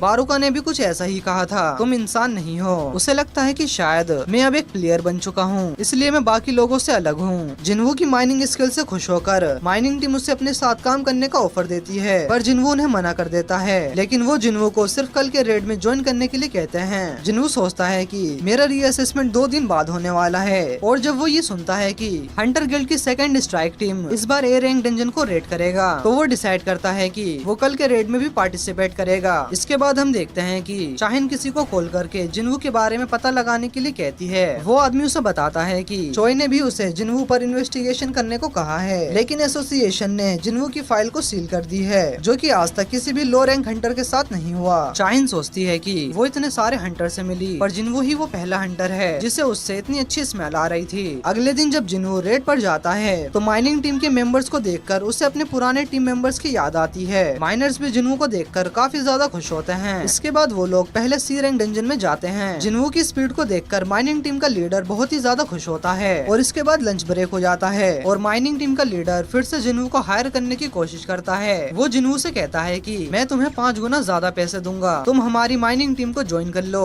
लेकिन जिन्हू इस बार भी मना कर देता है, और तभी यहाँ पर सेकंड स्ट्राइक टीम का लीडर संग गीहुन आता है। उसे एक आदमी की जरूरत थी जो कि उनका सामान उठा सके, क्योंकि उनका आदमी आज नहीं आया था। माइनिंग टीम में सभी लोग लो रैंक के हंटर हैं, इसलिए वो लोग ए रैंक डंजन में जाने से डर रहे होते हैं और वो अपनी जान नहीं गंवाना चाहते थे। गीहुन उन्हें बोलता है कि जो भी आज हमारे साथ चलेगा उसे डबल पैसे मिलेंगे, लेकिन ज्यादा पैसे मिलने के बावजूद वो लोग नहीं जाते हैं। तभी जिन्हू अपना हाथ खड़ा करता है, मैं तैयार हूँ इस काम को करने के लिए। माइनिंग टीम उसे समझाने की कोशिश करती है, मत जा भाई अंदर, ए रैंक के मॉन्स्टर्स होंगे और तेरी जान को भी खतरा हो सकता है। लेकिन जिन्हू कहता है कि मुझे डर नहीं लगता, और ये वाला डंजन कल के डंजन से काफी ज्यादा बड़ा होता है, पर इसकी मैजिक पावर कम होती है, इसलिए आज दूसरे स्ट्राइक टीम को रेड पर भेजा गया है। इस टीम में 6 ए रैंक के हंटर और 3 बी रैंक के हंटर थे, लेकिन इस टीम में कोई भी एस रैंक का हंटर नहीं था। गेट में एंटर करते ही जिन्हू को कुछ अलग सा फील होता है, जो उसे रेड गेट में एंटर करते वक्त हुआ था। और तभी एक लड़की जिन्हू से कहती है कि तुम्हें डरने की कोई जरूरत नहीं है, हमारे कैप्टन और बाकी के हंटर काफी ज्यादा स्ट्रॉन्ग हैं, अगर तुम हमारे साथ रहोगे तो तुम्हें कोई खतरा नहीं होगा। और तभी स्ट्राइक टीम को कुछ महसूस होता है और वो सभी फाइट करने की पोजीशन में आ जाते हैं, और तभी उन लोगों के ऊपर डंजन जैकल्स अटैक कर देते हैं। लेकिन उन हंटर्स के सामने वो बहुत ही ज्यादा कमजोर थे, तो वो कुछ सेकंड्स में ही उन सभी को मार देते हैं। वहीं वो लोग यहाँ पर जैकल्स को देखकर काफी ज्यादा शॉक होते हैं। जिन्हू के पूछने पर हीलर बताती है कि जैकल्स एक सी रैंक के मॉन्स्टर्स होते हैं, और ये नॉर्मली ए रैंक गेट्स में नहीं पाए जाते हैं, क्योंकि ज्यादा ताकतवर मॉन्स्टर्स इन्हें मार देते हैं। तभी जिन्हू जैकल्स के ऊपर एक कॉलर देखता है, और वो लोग समझ जाते हैं कि किसी ने इन जैकल्स को पेट की तरह पाला हुआ है। तभी वहाँ पर और भी ज्यादा मॉन्स्टर्स आ जाते हैं, जो कि हाई ऑर्क्स होते हैं। उनमें से एक ऑर्क अपने वेपन को थ्रो करके उनके ऊपर अटैक करता है, और गीहुन इस अटैक को काफी मुश्किल से ब्लॉक कर पाता है, और वो सभी हाई ऑर्क्स उनकी तरफ बढ़ने लगते हैं। उनका टैंक सोल्जर अपनी टोंट स्किल का यूज करता है, लेकिन इसका उन मॉन्स्टर्स के ऊपर कोई भी असर नहीं होता, और वो मॉन्स्टर्स पीछे खड़े हंटर्स पर अटैक करने के लिए जाते हैं। एक हंटर अपने फायर बॉल अटैक से उन्हें पीछे कर देता है, लेकिन इससे उन्हें जरा सा भी नुकसान नहीं पहुंचता। और तभी स्ट्राइक टीम की मैजिशियन एक मॉन्स्टर को पकड़ लेती है, लेकिन वो ज्यादा देर तक उसे नहीं रोक सकती क्योंकि ये हाई ऑर्क्स काफी ज्यादा पावरफुल हैं। तो उसकी मदद करने के लिए फायर मैजिशियन 2 फायर सोल्जर्स को समन करता है। फायर सोल्जर्स मॉन्स्टर से फाइट करने के लिए चले जाते हैं और बाकी के हंटर्स भी उन मॉन्स्टर से फाइट कर रहे होते हैं। और तभी एक हाई ऑर्क साइड से अटैक करके उनके एक हंटर को घायल कर देता है, लेकिन हीलर टैंक को हील करने में बिजी थी। यहून देखता है कि उनकी तादाद बहुत ज्यादा है और उसे लगता है कि वो जिंदा बचकर नहीं जा पाएंगे। तभी एक हाई ऑर्क उनके एक हंटर के हाथ को काट देता है और ये सभी चीजों को देखकर गीहुन अपनी उम्मीद खो देता है। वहीं हीलर आकर उसके हाथ को पूरी तरह से रीजनरेट कर देती है, लेकिन तभी एक ऑर्क हीलर के पीछे आ जाता है और वो हीलर अपनी मौत को एक्सेप्ट कर लेती है। लेकिन तभी जिन्वू बीच में आ जाता है और वो अपने रूलर हैंड स्किल का यूज करके उसके गर्दन को दबाने लगता है, जिसके बाद वो उसकी गर्दन को ही उड़ा देता है। वो हीलर सोच में पड़ जाती है कि अभी यहाँ पर हुआ क्या। वहीं जिन्वू अपने स्टेल्थ स्किल का यूज करके उन ऑर्क्स को घायल किया जा रहा था और इसलिए बाकी के हंटर्स काफी आसानी से उन मॉन्स्टर्स को मार पा रहे होते हैं और जिन्वू की स्टेल्थ स्किल की वजह से कोई भी उसे देख नहीं पा रहा होता और हंटर्स को लगता है कि अचानक से ये ऑर्क्स कमजोर हो गए और वो इस मौके का फायदा उठाकर अपनी पूरी पावर से लड़ने लगते हैं और एक के बाद एक सभी ऑर्क्स मारे जाते हैं। जिन्वू छुपकर सभी हाई ऑर्क्स को इंजर्ड किया जा रहा था और वो लोग सभी हाई ऑर्क्स को मार देते हैं। गीहुन देखता है कि उसके सभी मेंबर सही सलामत हैं और उन लोगों को समझ में नहीं आता कि अचानक से ये मॉन्स्टर्स कमजोर कैसे पड़ गए और ये काम उनमें से किसी ने नहीं किया था, पर वो लोग जिंदा बच गए। उनके लिए यही बड़ी बात थी। लेकिन उनमें से एक हंटर जो कि मैजिकल यूजर थी, उसे जिन्वू के स्टेल्थ स्किल के बारे में पता चल जाता है और उनकी जान उसी की वजह से बची होती है, तो इसलिए वो इसके बारे में किसी को नहीं बताती। हंटर्स गीहुन से पूछते हैं कि उन्हें डंजन में आगे बढ़ना है या फिर यहीं से वापस जाना है। गीहुन डिसाइड करता है कि उन्हें यहीं से वापस लौट जाना चाहिए, लेकिन जब वो लोग दोबारा से गेट के पास जाते हैं तो ये देखकर वो लोग काफी ज्यादा शॉक हो जाते हैं क्योंकि किसी ने गेट पर मैजिक बैरियर लगा दिया होता है जो कि काफी ज्यादा पावरफुल बैरियर होता है, यानी कि अब वो लोग वापस नहीं जा सकते हैं। लेकिन उनकी मैजिशियन कहती है कि मैं इस मैजिक बैरियर को तोड़ सकती हूँ, लेकिन इसके लिए मुझे थोड़ा समय चाहिए होगा। वो मैजिशियन बैरियर को देखकर सोचती है कि जिसने भी ये बैरियर लगाया है वो सच में काफी ज्यादा पावरफुल है। अगर वो उस डंजन में हुआ तो हम उसे कभी नहीं हरा सकते हैं। जब सभी मैजिक यूजर उस बैरियर को तोड़ने की कोशिश करते हैं, लेकिन तभी उन सभी की हालत काफी ज्यादा खराब हो जाती है क्योंकि इस बैरियर पर कर्स स्पेल लगा होता है जो कि उनकी हालत को और भी ज्यादा खराब कर देता है। तभी उन्हें एक टेरिफाइंग मैजिक पावर महसूस होती है और जैसे ही वो लोग पीछे मुड़ के देखते हैं उनके सामने एक और पूरी हाई ऑर्क की आर्मी होती है और अगर वो लोग इनसे लड़ते हैं तो सारे लोग मारे जाएंगे। उनमें से एक हाई ऑर्क आगे आता है और गीहुन भी आगे बढ़ता है। वो हाई ऑर्क अपनी भाषा में कुछ कहता है जो कि किसी को भी समझ में नहीं आता और तभी उस हाई ऑर्क को उसका बॉस पोजेस कर लेता है और इंसानों की भाषा में बोलता है, मेरा नाम कार गैल्कन है और मैं तुम सबसे मिलना चाहता हूँ और मैंने ही तुम्हारे इस गेट को ब्लॉक किया है। या तो तुम मेरे सोल्जर्स के हाथों मारे जाओ या फिर तुम मुझसे मेरे कैसल में मिलने आओ। गीहुन जानता था कि वो उनसे जीत नहीं सकता, इसलिए वो कारगलगन से मिलने का डिसाइड करता है। गीहुन जिन्वू से कहता है कि मुझे जैसे ही मौका मिलेगा मैं उनके बॉस के ऊपर अटैक कर दूंगा और उसका ध्यान भटकने से ये बैरियर हट जाना चाहिए और तुम मौका देखकर यहाँ से चले जाना और तुरंत एस रैंक की टीम को इन्फॉर्म कर देना। जिन्वू कहता है कि इसकी वजह से तो तुम सभी लोग मारे जाओगे। हमारा मिशन जिंदा लौटना नहीं बल्कि बॉस को मारकर गेट बंद करना है। हीलर जिन्वू को अपनी एक डायरी देती है, ये मेरी फैमिली को दे देना, हमें अपना मिशन पूरा करना ही होगा, लेकिन तुम यहाँ से जिंदा जा सकते हो। जिन्वू सोचता है कि ऐसे ही सिचुएशन डबल डंजन में हुई थी पर वहाँ उसे सभी ने अकेला मरने के लिए छोड़ दिया था, पर यहाँ पर उल्टा हो रहा है। ये लोग खुद अपनी जान को जोखिम में डाल रहे हैं ताकि मैं यहाँ से जिंदा जा सकूं। वहीं डंजन के बाहर चाहिन जिन्वू को ढूंढते हुए आ जाती है। तभी माइनिंग टीम का लीडर उसे बताता है कि जिन्वू स्ट्राइक टीम के साथ गेट के अंदर गया है एक कैरियर के रूप में। दूसरी तरफ गेट के अंदर जिन्वू और बाकी के हंटर्स एक कैसल के अंदर पहुंच जाते हैं जहां पर कई सारे हाई ऑर्क्स हैं और उनके सामने कारगलगन अपनी गद्दी पर बैठा होता है और वो कहता है कि तुम्हारा स्वागत है इंसानी कीड़ो। वहीं बाहर खड़ी चाहिन सोच रही होती है एक ई रैंक का हंटर ए रैंक के डंजन में क्यों जाना चाहेगा और कल मैंने उसे बॉस चेम्बर के पास वेपन के साथ देखा था, जरूर यहाँ पर कुछ तो गड़बड़ है। जिसके बाद वो गेट के अंदर जाने लगती है लेकिन उसके पास कोई वेपन नहीं था तो बॉस उसे अपना माइनिंग वेपन दे देता है। वहीं डंजन के अंदर वो सभी लोग कई सारे मॉन्स्टर से घिरे हुए थे। ये हाई ऑक्स इतने ताकतवर हैं कि ये एक पूरी सिटी को डिस्ट्रॉय कर सकते हैं और इनसे भी ज्यादा खतरनाक कारगलगन के 4 जनरल्स होते हैं। तभी कारगलगन अपने ऑरा को रिलीज करता है जो कि इतना खतरनाक था कि वो सभी लोग डर के मारे कांपने लगते हैं। गीहुन उससे पूछता है कि तुमने हमें यहाँ पर क्यों बुलाया है, तुम सभी कीड़े मेरा एंटरटेनमेंट हो, मैं तुम्हें टॉर्चर करना चाहता हूँ और तड़पा तड़पा कर मारना चाहता हूँ। ये सुन के वो लोग और भी ज्यादा डर जाते हैं। तभी गीहुन उसके ऊपर अटैक करने के लिए आगे जाने लगता है। चलो दोस्तों इसको खत्म कर देते हैं। पर वो लोग इतने ज्यादा डरे हुए थे कि वो उसकी आवाज तक नहीं सुन पाते हैं, लेकिन वो अकेला ही उसके ऊपर अटैक कर देता है। लेकिन कार अपनी आइस बैरियर का यूज करके खुद को बचा लेता है, जिसके बाद वो ग्रेविटी मैजिक का यूज करके उसे ऊपर लेकर जाता है और काफी तेजी से जमीन पर पटकता है। वो उसे लगातार कभी छत पर और कभी जमीन पर पटकता रहता है और बाकी के हंटर्स इतने ज्यादा डरे हुए थे कि वो अपनी जगह से हिलते भी नहीं है और गीहुन की हालत काफी ज्यादा खराब हो जाती है। तो मजबूरन जिन्वू को ही बीच में आकर उसे बचाना पड़ता है। ये डंजन हंटर गिल्ड का है, इसलिए मैं बीच में नहीं आना चाहता था, लेकिन अब हमारी टीम खतरे में है, तो क्या अब मैं इन्हें मार सकता हूँ? प्लीज हमारी जान बचा लो। तभी एक मॉन्स्टर जिन्वू के ऊपर अटैक करने आता है, पर वो अपने रूलर हैंड का यूज करके उसे दूर फेंक देता है। तुम्हें लगता है कि तुम सबको अकेले हरा सकते हो? तुम सभी मनुष्य सच में काफी घमंडी होते हो। और वो अपनी पावर्स को रिलीज करता है और जिन्वू भी अपनी शैडो आर्मी को समन करता है। मुझे पता है कि तुम ताकतवर हो, तुम्हारी जैसी प्रेजेंस मैंने आज तक पहले कभी सेंस नहीं की, लेकिन बेटा तू आज मरने वाला है। वहीं डंजन के बाहर वो पहुंच जाता है, जो कि पता लगाने आया था कि आखिरकार जिन्वू यहाँ पर माइनर्स की तरह मजदूरी क्यों कर रहा है। वो माइनर से पूछता है कि क्या संग जिन्वू नाम का कोई बंदा यहाँ पर मजदूरी कर रहा है। और तभी वहाँ पर एक बंदा आता है और कहने लगता है कि मुझे पहले से पता था उस बंदे में कुछ न कुछ तो गड़बड़ है। वो मुझे ऐसे घूर रहा था जैसे कि वो मुझे मार ही देगा।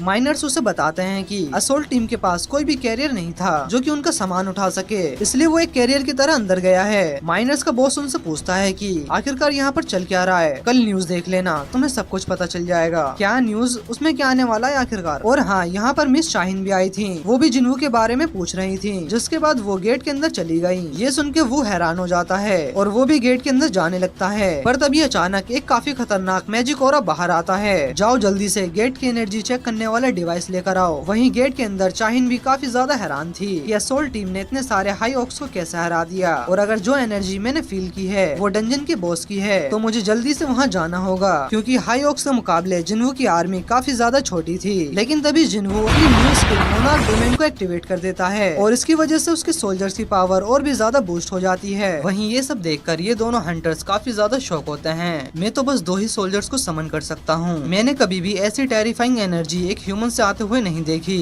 इसके बाद इन दोनों की आर्मी के बीच में फाइट शुरू हो जाती है और तभी टैंक अपनी टोंट स्किल का यूज करता है, लेकिन हाई ऑक्स के ऊपर इसका कोई भी असर नहीं होता। वहीं इग्रिस एक ही झटके में अपने आसपास के सभी ऑक्स को काट देता है और आयरन भी अपनी हैमर की एक ही अटैक से काफी सारे मॉन्स्टर्स को खत्म कर देता है। वहीं जिन्वू भी अपनी स्पीड का यूज करके काफी सारे हाई ऑक्स को मारे जा रहा था और उसकी स्पीड इतनी ज्यादा थी कि उन्हें सोचने तक का समय नहीं मिलता। जिन्वू को एक हाई ऑक को हराने में उसके 4 बार सोल्जर्स मारे जाते हैं। तो इससे पहले कि मेरा माना खत्म हो, मुझे हाई ऑक्स की तादाद को कम करना पड़ेगा। लेकिन तभी कारगलगन अपनी फायर मैजिक का यूज करता है, जिससे उसके काफी सारे सोल्जर्स मारे जाते हैं। तुम अपनी औकात मत भूलो इंसानी कीड़े, तुम्हारे सोल्जर्स बस नाजुक से पपेट्स हैं। ओ अच्छा, मेरे सोल्जर्स जितनी बार चाहे जिंदा हो सकते हैं। और तभी कार अपनी ग्रेविटी मैजिक का यूज करके उसके ऊपर अटैक करता है, लेकिन वो उसके अटैक से बच जाता है और वो अपने आइस स्टोन को जिन्वू के ऊपर देकर मारता है। पर जिन्वू इससे भी अपनी स्पीड का यूज करके बच जाता है और वो उन पत्थर के छोटे टुकड़ों का यूज करके जिन्वू के ऊपर अटैक करने लगता है। वो इन सभी पत्थरों से तो बच जाता है, लेकिन उसके सोल्जर्स नहीं बच पाते।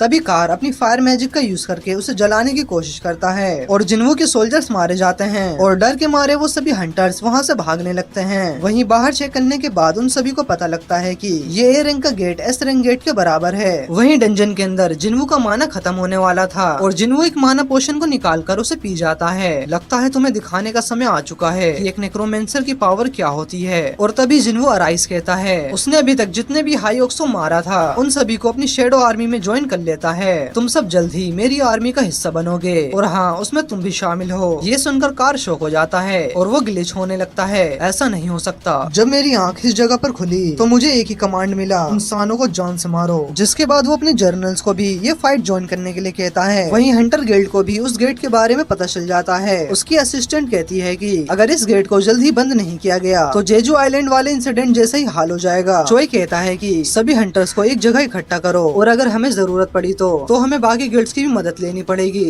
वहीं गेट के अंदर आयरन बड़ी आसानी से एक जनरल को हरा देता है और इग्रिस एक नहीं बल्कि 2 जनरल से फाइट कर रहा होता है और उनके ऊपर भारी भी पड़ रहा होता है। टैंक भी एक जनरल को खत्म कर देता है। वो हंटर्स जिन्वू की मदद करने की सोचते हैं, लेकिन जैसे ही वो आगे बढ़ते हैं, कार अपनी कर्स स्पेल का यूज करके उनकी हालत को खराब कर देता है और कहता है कि कमजोर कीड़े इससे दूर ही रहें। और वो खुद जिन्वू से फाइट करने के लिए नीचे आता है और अब होगा 1v1। वो उसके ऊपर एक साथ 3 स्पेल का यूज करता है, लेकिन इसका जिन्वू के ऊपर कोई भी असर नहीं होता। जिन्वू से बताता है कि पॉइजन और कर्स मेरे ऊपर काम नहीं करते हैं, इसलिए कुछ नया ट्राई करो। तभी जिन्वू अपने 3 मैजिशियंस को समन करता है, जो कि उसके ऊपर एक फायर बॉल से अटैक करते हैं। और क्योंकि वो इस बार स्फीयर ऑफ एवरेज का यूज कर रहे थे, उनकी फायर की पावर काफी ज्यादा बढ़ जाती है। वो अटैक कार की शील्ड को तोड़ देती है और वहाँ पर एक बहुत ही बड़ा ब्लास्ट होता है और चाहिन भी यहाँ पर पहुँच जाती है। और वो यहाँ के नज़ारे को देखकर काफी ज्यादा हैरान होती है। वो बाकी के हंटर से पूछती है कि यहाँ पर ये सब क्या चल रहा है। मिस चाहिन, हमें भी इसके बारे में नहीं पता। कार गुस्से में कई सारे स्पेल्स को अपने ऊपर कास्ट करता है, जिसकी वजह से उसका साइज काफी ज्यादा बढ़ जाता है और वो जिन्वू को कुचलने की कोशिश करता है, लेकिन जिन्वू इससे बच जाता है और कहता है कि मुझे जायंट्स बिल्कुल भी पसंद नहीं है। इसके बाद कार बहुत सारे फायर स्पेल्स है जिन्वू के ऊपर अटैक करता है। वो स्पेल्स इतने ज्यादा थे कि वो पूरे ही कैसल को कवर कर लेते हैं और जिन्वू के साथ साथ उसके सोल्जर्स को भी खत्म कर रहे थे। क्या तुम मेरी ऐसी ताकत देखने के बाद भी मेरा सामना कर सकते हो? और जिन्वू पीछे से आकर उसकी आंखों पर अटैक करता है और ये अटैक उसके लिए काफी ज्यादा पेनफुल था और वो गुस्से में आकर सॉन्ग ऑफ फायर का यूज करता है और काफी सारी आग जमीन के नीचे से आने लगती है। लेकिन जिन्वू टूटे हुए पत्थरों का सहारा लेकर उसके सभी अटैक से बच रहा होता है। जिन्वू पास में ही पड़े चेन का यूज करके उसके दोनों हाथों को पूरी तरह से बांध देता है और अपने हाथों से उसे जमीन पर पटक देता है और तभी वहाँ पर वो भी पहुँच जाता है, जो कि ये सीन देखकर काफी ज्यादा शौक होता है। चाहिन भी ये देखकर हैरान होती है, क्योंकि जिन्वू एक कॉम्बैट टाइप का हंटर है जो कि समनिंग मैजिक को भी यूज कर सकता है। आखिर ये कितना ताकतवर है? वो आखिर ये कौन है? तुम तो इसके बारे में जानते ही होगे। नहीं, मैं भी इसके बारे में ज्यादा नहीं जानता। वहीं कार जब फिर से लड़ने के लिए खड़ा होता है, जिन्वू उसी के जर्नल से उसके ऊपर अटैक करवाता है, जो कि उसे एक पंच मारकर जमीन में पटक देता है और उसे कुछ अजीब से पिक्चर्स दिखाई देते हैं जो कि उसे मार रहे थे। जिन्वू जल्दी से जाकर उसकी शेडो को एक्सट्रैक्ट कर देता है और उसे नाम रखने का ऑप्शन मिलता है, लेकिन वो कारगलगन का नाम भूल गया था। वैसे तुम्हारा नाम क्या था? चलो कोई नहीं, आज से तुम्हारा नाम टस्क है। और वो इन सभी चीजों में इतना बिजी था कि वो इन सभी पर ध्यान नहीं देता। सभी हंटर्स उससे पूछते हैं कि ये सब क्या था। शिट यार, अब क्या बताऊं मैंने। और एसोसिएशन के बंदे जिन्वू के सामने आ जाते हैं। मेरा नाम वू है और हंटर संग जिन्वू का स्टेटस टॉप सीक्रेट है, इसलिए मैं चाहूंगा कि यहाँ पर जो कुछ भी हुआ है आप इसके बारे में किसी को ना बताएं। और वो जिन्वू को अपने साथ ले जाने लगते हैं। गीहुन जिन्वू को रोकता है, मैं तुमसे कोई सवाल नहीं पूछूंगा, लेकिन तुम्हारी वजह से आज हम जिंदा हैं, तो मैं हम सब की तरफ से तुम्हारा शुक्रिया अदा करता हूँ। वहीं चोई को जिन्वू की सारी एबिलिटीज के बारे में पता चल जाता है कि वो सोल्जर्स को समन कर सकता है और इसके ऊपर से वो मरे हुए मैजिक बीस्ट को कंट्रोल कर सकता है। उसे इन सभी चीजों पर विश्वास नहीं हो रहा था। तुम्हें क्या लगता है, मैं ज्यादा ताकतवर हूँ या जिन्वू? क्या आप अकेले बिना किसी के हेल्प के एक एस रैंक गेट को क्लियर कर पाएंगे? नहीं, मैं ये अकेला नहीं कर सकता, जो कि काफी ज्यादा बुरा है, क्योंकि लोग मुझे अल्टीमेट हंटर बुलाते हैं। मैं जिन्वू को अपनी गिल्ड में लाने की पूरी कोशिश करूंगा। और इसके बाद हम कई सारे मीडिया रिपोर्टर्स को देखते हैं जो कि एक्टर ली मिंग सुंग के बारे में बात कर रहे थे, जिसने कि अभी अभी अपनी पावर्स को अवेक किया है। और ली ये सब कुछ देखकर काफी ज्यादा खुश हो रहा था और इसी ने इन सभी रिपोर्टर्स को यहाँ पर बुलाया था, क्योंकि ली मिंग सुंग एक फेमस एक्टर है। चोई और बाइक मीडिया को यहाँ पर देखकर थोड़े कंफ्यूज होते हैं, ये मीडिया यहाँ पर क्या कर रही है। और सभी मीडिया को लगता है कि वो ली मिंग सुंग को अपने गिल्ड में ज्वाइन करने आए हैं, लेकिन बाइक को तो उसके बारे में पता भी नहीं था कि ये चोमू है कौन। और मीडिया वहाँ से चली जाती है, क्योंकि ये कोई मसालेदार न्यूज नहीं थी। बेक को भी पता चल गया था कि कैसे जिन्वू ने उसके हंटर्स को बचाया है, जिस पर चोई कहता है कि कम से कम हमारा कोई हंटर तो नहीं मरा, जैसे कि रेड गेट में तुम्हारा किमजुल। और वो दोनों आपस में बहस करने लगते हैं कि जिन्वू को अपने गिल्ड में कौन लेगा। और तभी यहाँ पर फिंड गिल्ड का मास्टर आता है और इनसे पूछता है कि क्या तुम लोग भी मिंगसुंग को अपने गिल्ड में शामिल करने आए हो। और ये सुनकर वो दोनों भड़क जाते हैं, अबे वो मिंगसुंग हो या ली मिंगसुंग, हमें उससे कोई फर्क नहीं पड़ता। और जिन्वू भी यहाँ पर पहुँच जाता है। वो भी यहाँ पर इतनी सारी भीड़ को देखकर कंफ्यूज होता है। ली कहता है कि मेरी पावर्स अवेक हुई है, इसलिए मैं एक हंटर बनने वाला हूँ और मैं फिंड गिल्ड को ज्वाइन करूंगा। ये सुन के मीडिया उससे पूछती है कि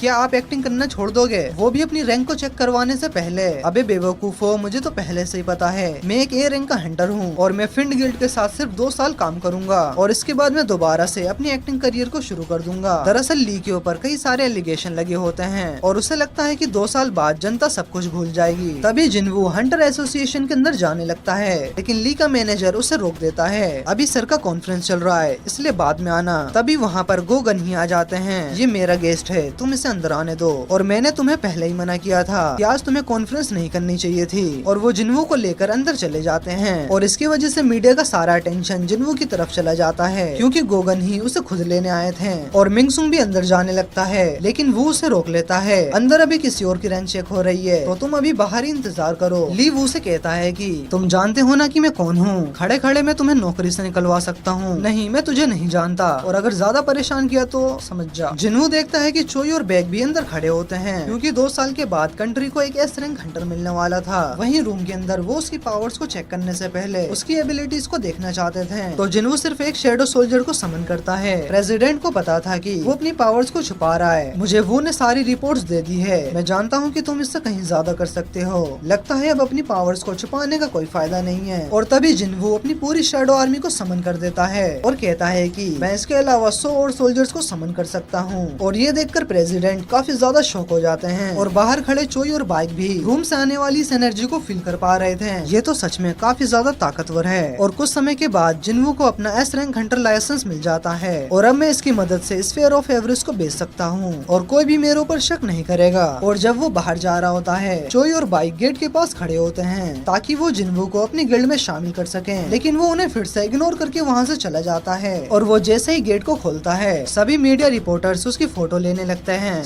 およそ2年ぶりの出来事となります。 सांगी इस न्यूज को देखकर काफी ज्यादा शॉक हो जाती है, और वो उसे जिन्हा को दिखाती है, और वो भी ये देखकर काफी ज्यादा शॉक हो जाती है कि उसका भाई कोरिया का 10th एस रैंक हंटर बन चुका है। अब तक की ताज़ा खबर, संग जिनवू बन चुके हैं कोरिया के 10th एस रैंक हंटर। बाकी के अपडेट्स के लिए बने रहिए एनिमैक्स टीवी पर। और उसके मजदूर भाइयों को भी पता चल जाता है कि जिनवू एक एस रैंक का हंटर है, और जूही भी ये न्यूज देख रही होती है, और ये देखकर वो काफी ज्यादा खुश होती है। और उसके पुराने साथियों और शाहीन को भी ये न्यूज मिल जाती है, और ये एक बहुत ही बड़ी बात थी, क्योंकि पिछले 2 साल से कोई भी नया एस रैंक हंटर नहीं बना था। और सभी मीडिया मिंगसुंग को छोड़कर जिनवू का इंटरव्यू लेने लगती है। इधर जिनवू अपने फादर को बताता है कि जिनवू ने उनकी गिल्ड को ज्वाइन करने से मना कर दिया है। जिनवू ने कहा था कि एक मिशन है जो उसे अकेले ही पूरा करना है, और इसके लिए वो फाइट करता रहेगा, और उसे और भी ज्यादा स्ट्रॉन्ग बनना है। तो इसलिए मैं अभी कोई भी गिल्ड को ज्वाइन नहीं करना चाहता, लेकिन अगर चाहो तो तुम मुझे ज्वाइन कर सकते हो। और इस बात पर उसके फादर उसे काफी ज्यादा डांट रहे होते हैं। पहले तो तुम इस गिल्ड के मास्टर बनना चाहते थे, और अब उस जिनवू के लिए सब कुछ छोड़कर जाना चाहते हो। वो जिनवू के साथ बिताए हुए टाइम को याद करता है और कहता है कि चाहे कुछ भी हो जाए, मैं जिनवू के साथ ही रहूंगा। और इधर मीडिया जिनवू से बात करना चाहती थी। बेक कहता है कि इनसे बात करोगे तो थक जाओगे, चलो हम तुम्हें घर छोड़ देते हैं। जिनवू कहता है कि इसकी कोई जरूरत नहीं है, और अचानक ही सबके सामने से गायब होकर दूसरी जगह पर पहुंच जाता है। और ये देखकर चोई काफी ज्यादा शॉक हो जाता है। एक मेज टाइप का हंटर होने के बावजूद ये काफी ज्यादा पावरफुल है। और बाइक भी काफी ज्यादा शॉक होता है। मेरी आंखें इसे ट्रैक तक नहीं कर पाई, मैं जब इससे पहली बार मिला था ये तब से काफी ज्यादा स्ट्रॉन्ग हो चुका है। और जिनवू को एक अच्छा गियर खरीदना था, तो वो हंटर ऑक्शन नाम की बिल्डिंग में चला जाता है। मुझे एक ऐसा आर्टिफैक्ट चाहिए जो मुझे फायर टाइप के अटैक से बचा सके। तो वहाँ का एम्प्लॉय उसे एक क्लॉक दिखाता है, जिसे कि कपड़े के ऊपर पहना जाता है। और इसका प्राइस देखकर उसकी आंखें फटी की फटी रह जाती हैं, क्योंकि वो क्लॉक काफी ज्यादा महंगा था। इसमें तेरा घर चला जाएगा। जिनवू कहता है कि थोड़ा सस्ता लगा ले यार, लेकिन वो एम्प्लॉय कहता है कि हमारे स्टोर के प्राइस फिक्स हैं, हम इसे कम नहीं कर सकते, लेकिन अगर आप यहाँ के गिलास को तोड़ सको तो हम आपको ये क्लॉक फ्री में दे देंगे, क्योंकि ये ग्लास मैजिक से बनाए गए थे ताकि इन कीमती आर्टिफैक्ट को प्रोटेक्ट किया जा सके। और ये सुनकर जिनवू एक पंच को रेडी करने लगता है, आज तो इसे फ्री में लेकर ही जाऊंगा। और जैसे ही वो उस गिलास को तोड़ने वाला था, मैनेजर कहता है कि अरे सर, मैं तो सिर्फ मजाक कर रहा था, अगर गिलास को छुआ भी तो सिक्योरिटी अलार्म बच जाएगा। और जिनवू उससे माफी मांगता है, मुझे एक पावरफुल डैगर देखना है। और तभी वहाँ पर एक दूसरा एम्प्लॉय आता है, और वो जिनवू को अपने साथ ले जाता है। और ये आदमी देखता है कि जिनवू ने इस ग्लास को छुआ भी नहीं था, और फिर भी इसके ऊपर क्रैक आ गया। और इधर जिनवू एक डैगर देख रहा होता है, और ये उसे काफी ज्यादा पसंद आता है, लेकिन ये डैगर भी काफी ज्यादा महंगा था। तो जिनवू अपना डैगर निकाल कर उसे दिखाता है, इसकी कीमत क्या होगी। एम्प्लॉय कहता है कि इसकी कीमत कम से कम 100 मिलियन होगी, जो सुनकर जिनवू शॉक हो जाता है, क्योंकि ये डैगर उसने सिस्टम से खरीदा था, और काफी कम कीमत में, यानी कि सिस्टम से मिले आइटम रियल वर्ल्ड में उनकी कीमत काफी ज्यादा होती होती है और वो सोचता है कि अब तो मुझे इस फेयर ऑफ एवरेज को भी बेचने की जरूरत नहीं पड़ेगी, लेकिन उसका मन बदल जाता है और वो वहाँ से चला जाता है। और इसके बाद हमें हंटर गिल्ड के हेडक्वार्टर को दिखाया जाता है। बैक सोच रहा होता है कि आखिरकार जिन्वू दिन पर दिन इतना स्ट्रॉन्ग कैसे होता जा रहा है। उसकी सेकंड अवेकनिंग तो काफी पहले हुई थी, तो उसकी पावर्स कैसे बढ़ती जा रही है। कहीं ऐसा तो नहीं उसकी सेकंड अवेकनिंग हुई ही ना हो और वो किसी दूसरी तरीके से लेवल अप किए जा रहा है। इधर हम जिन्हा को देखते हैं जो कि देखती है कि मीडिया वाले आखिरकार उसके घर से चले गए। जिन्वू से बताता है कि मैं एक हफ्ते के लिए फिर से कहीं बाहर जा रहा हूँ और तभी इनके घर की बेल बजती है और ये जिन्हो था जो कि अपना बोरिया बिस्तरा लेकर जिन्वू के पास आ गया था। जिन्वू अब जिन्हा से कहता है कि मैं इसके साथ एक हफ्ते के लिए कहीं बाहर जा रहा हूँ। रात को हम देखते हैं कि जिन्हो उसी के रूम में सो रहा होता है और अब क्योंकि सभी को पता चल गया है कि वो एक एस रैंक का हंटर है, तो उसे जिन्हा की प्रोटेक्शन के लिए चिंता हो रही थी और वो जिन्हा के प्रोटेक्शन के लिए टस्क के गार्ड्स को समन करता है। जिन्हू देखता है कि यहाँ पर सिर्फ 3 गार्ड्स हैं जबकि वो 4 थे और तभी एक गार्ड कुछ इशारे करता है और उसे याद आता है कि उसने पहले गार्ड को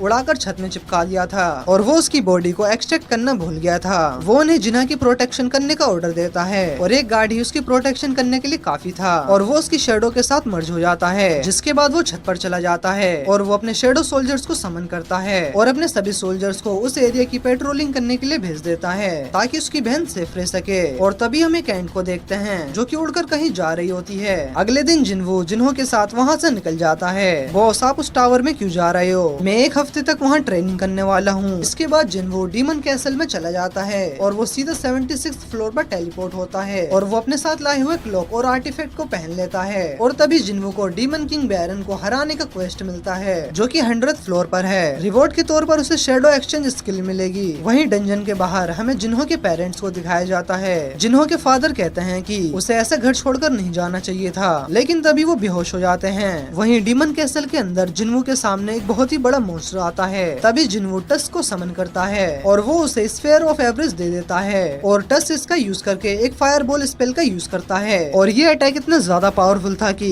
वहाँ पर उस मॉन्स्टर की सिर्फ टांगे बचती है और ये देखकर जिन्वू भी शॉक होता है। दूसरी तरफ जिन्हो के फादर हॉस्पिटल में एडमिट थे।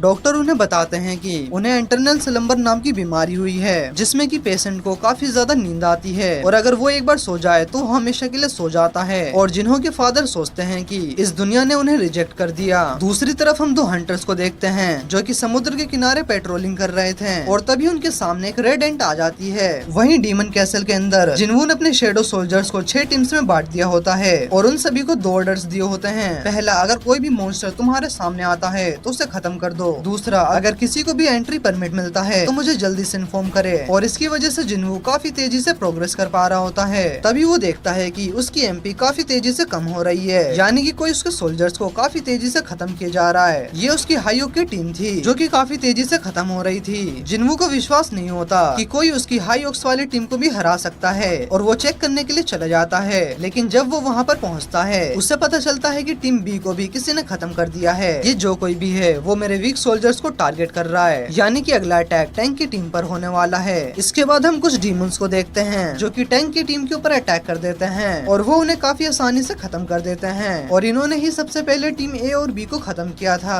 वहीं जिन्वू अपने स्टेल्थ मोड का यूज करके छुपकर ये सभी चीजें देख रहा होता है। वो अपने स्टेल्थ मोड को डीएक्टिवेट करके उनके सामने आ जाता है और ये देखकर एक डीमन उसके ऊपर अटैक करता है पर जिन्वू उसे किक मारकर बिल्डिंग की तरफ फेंक देता है। तभी 2 और डीमन नाइट्स उसके ऊपर अटैक करते हैं पर वो उन्हें भी काफी आसानी से खत्म कर देता है और अब सिर्फ उनका लीडर बचा था जो कि जिन्वू को देखकर डर के मारे पीछे होने लगता है। लीडर और जिन्वू आपस में लड़ने लगते हैं। जिन्वू आसानी से उसके सभी अटैक्स को डॉज कर रहा था और मौका मिलता ही वो उसके गले को पकड़ लेता है, लेकिन तभी वो लीडर सरेंडर कर देता है और उसकी आवाज बिल्कुल लड़कियों जैसी थी। और जब जिन्वू उसका मास्क हटाता है तो वो देखता है कि वो एक एल्फ गर्ल है और वो डरते हुए कहती है कि प्लीज मुझे छोड़ दो, तुम जीत गए। पहले तुमने मुझ पर हमला किया और तुम चाहती हो कि मैं तुम्हें छोड़ दूं। मैंने तुम्हारे गार्ड्स को मार दिया है। गार्ड्स का तो काम ही होता है अपने बॉस को प्रोटेक्ट करना। जब तक मैं जिंदा हूँ वो लोग खुश रहेंगे। जिन्वू अपना डैगर रखकर वहाँ से जाने लगता है, लेकिन जैसे ही वो दूसरी तरफ मुड़ता है वो एल्फ अपना डैगर निकालकर उसके ऊपर अटैक कर देती है, लेकिन टस्क उसे अपने प्रोटेक्शन स्पेल की मदद से बचा लेता है और वो जिन्वू के सामने सर झुकाकर माफी मांगने लगती है। टस्क अपने मैजिक से हवा में उसे फ्लोट करने लगता है और जिन्वू उससे एंट्री परमिट्स के लोकेशन के बारे में पूछता है। वो उसे बताती है कि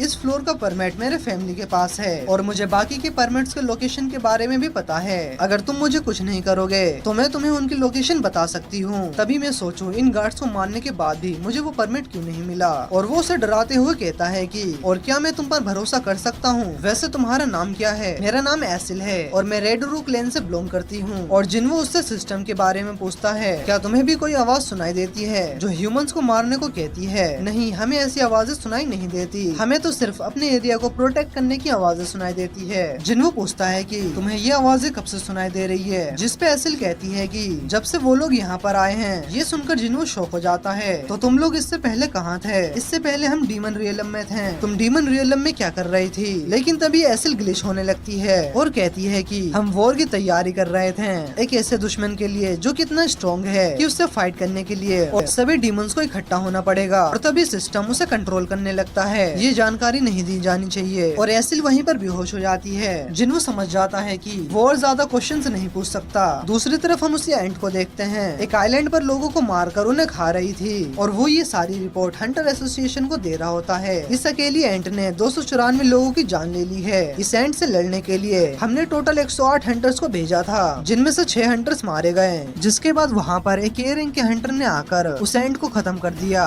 गोगन ही कहते हैं कि एक अकेली एंट ने इतनी ज्यादा तबाही मचा दी, और इन एंट्स की ताकत ए रैंक हंटर्स के बराबर है। और ये आइलैंड जेजू आइलैंड से 120 किलोमीटर दूर था, यानी कि इनकी उड़ने की कैपेसिटी काफी ज्यादा बढ़ चुकी है, और ये एंट्स कुछ समय बाद कोरिया भी पहुंच सकती है। पूरे देश को हाई अलर्ट कर दो, और मैं जेजू आइलैंड पर 4th रेड मिशन का ऑर्डर देता हूँ। वहीं दूसरी तरफ एसिल को होश आ गया था, और वो एसिल के फादर के पास जा रहे थे। लेकिन जैसे ही जिन्हो कैसल के अंदर पहुँचता है, एसिल का फादर काफी ज्यादा डर जाता है। एसिल, ये तुम किसे लेकर आ गई? क्योंकि वो जिन्हो के सारे शेडो सोल्जर्स को देख पा रहा होता है, और उसके सोल्जर्स जिन्हो के चारों तरफ से घेर लेते हैं। मैंने तुम्हारी बेटी से प्रॉमिस किया है, मैं तुम्हें या तुम्हारी क्लेन को कुछ भी नहीं करूंगा जब तक मुझे एंट्री परमिट्स नहीं मिल जाते हैं। वो अपने मन में सोचता है कि इसने मेटस और वुल्कन को हराया है, हम इससे नहीं जीत सकते हैं। तो वो जिन्हो को नेक्स्ट फ्लोर का एंट्री परमिट दे देता है। जिन्हो कहता है कि मुझे एक और चीज की जरूरत है, मुझे तुम्हारी बेटी चाहिए। ये सुन के वो गुस्सा हो जाता है, क्योंकि इसे सारे फ्लोर्स के एंट्री परमिट्स के बारे में पता है। अगर एसिल को कुछ हो गया तो जिन्हो एसिल की सेफ्टी की गारंटी लेता है। आप बिल्कुल भी चिंता मत करो, मैं आपकी बेटी को सेफ रखूंगा। वहीं उसी एंट की बॉडी की टेस्टिंग की जा रही थी, और जापान से आया हुआ एक हंटर गोटो रियूजी ये सब देख रहा होता है। वहीं डंजन में जिन्हो को 90 फ्लोर का परमिट भी मिल जाता है। टैंक और इग्रिस लेवल अप हो जाते हैं, और उनकी पावर्स एस और ए रैंक के हंटर्स के बराबर हो जाती है। जिन्हो एसिल से कहता है कि अब तुम यहाँ से जा सकती हो, सिर्फ तुम मुझे बाकी के परमिट्स की लोकेशन बता दो। और एसिल अपने साथ कुछ गिफ्ट लाई होती है, क्योंकि 90 फ्लोर के बाद उन्हें हायर रैंक के मॉन्स्टर्स मिलेंगे, जिनसे अगर बातचीत करके परमिट्स ले लिए जाए तो उनके लिए वही अच्छा रहेगा। जिन्हो कहता है कि अगर मैं कमजोर होता तो क्या तुम्हारे फादर मुझसे बातचीत करते हैं? नहीं ना, ये दुनिया ऐसे ही चलती है। मैं तुम्हारी क्लैन को छोड़कर बाकी सभी को खत्म कर दूंगा, और तुम्हारी रेड रू क्लैन टॉप पर आ जाएगी। एसिल पूछती है कि आप मेरे लिए ये सब क्यों करोगे? क्योंकि मैं तुम्हें पसंद करता हूँ। और ये सुनकर वो शर्मा जाती है। दरअसल वो एसिल को जिन्हो की तरह समझ रहा होता है। लगता है बुद्धू लोगों से मेरी जल्दी बन जाती है, और वो उसे यहीं से लौट जाने के लिए कहता है, क्योंकि अगले फ्लोर पर काफी पावरफुल डीमंस मिल सकते हैं, और वो उसे परमिट्स की लोकेशन बता दे। एसिल कहती है कि मैं आपके साथ आखिरी फ्लोर तक चलना चाहती हूँ, और मैं देखना चाहती हूँ कि आप कितना ज्यादा लेवल अप कर सकते हो। और वो उसे साथ ले जाने के लिए मान जाता है। अगले फ्लोर पर जिन्हो को काफी पावरफुल डीमंस मिलते हैं, पर वो उन्हें भी काफी आसानी से खत्म किया जा रहा था। और अब वो फाइनली 100वें फ्लोर पर पहुँच जाता है। जिन्हो देखता है कि वो पूरी जगह खाली है। तभी उसकी तरफ उड़ती हुई कोई चीज आती है, और वो देखता है कि वो एक व्हाइट ड्रैगन है, और उसके ऊपर डीमन लॉर्ड बारन खड़ा था, और उनका नाम रेड कलर में आ रहा था, यानी कि वो जिन्हो से ज्यादा पावरफुल है। क्या मैं इसे हरा भी सकता हूँ? वहीं बैरन के ऑरा की वजह से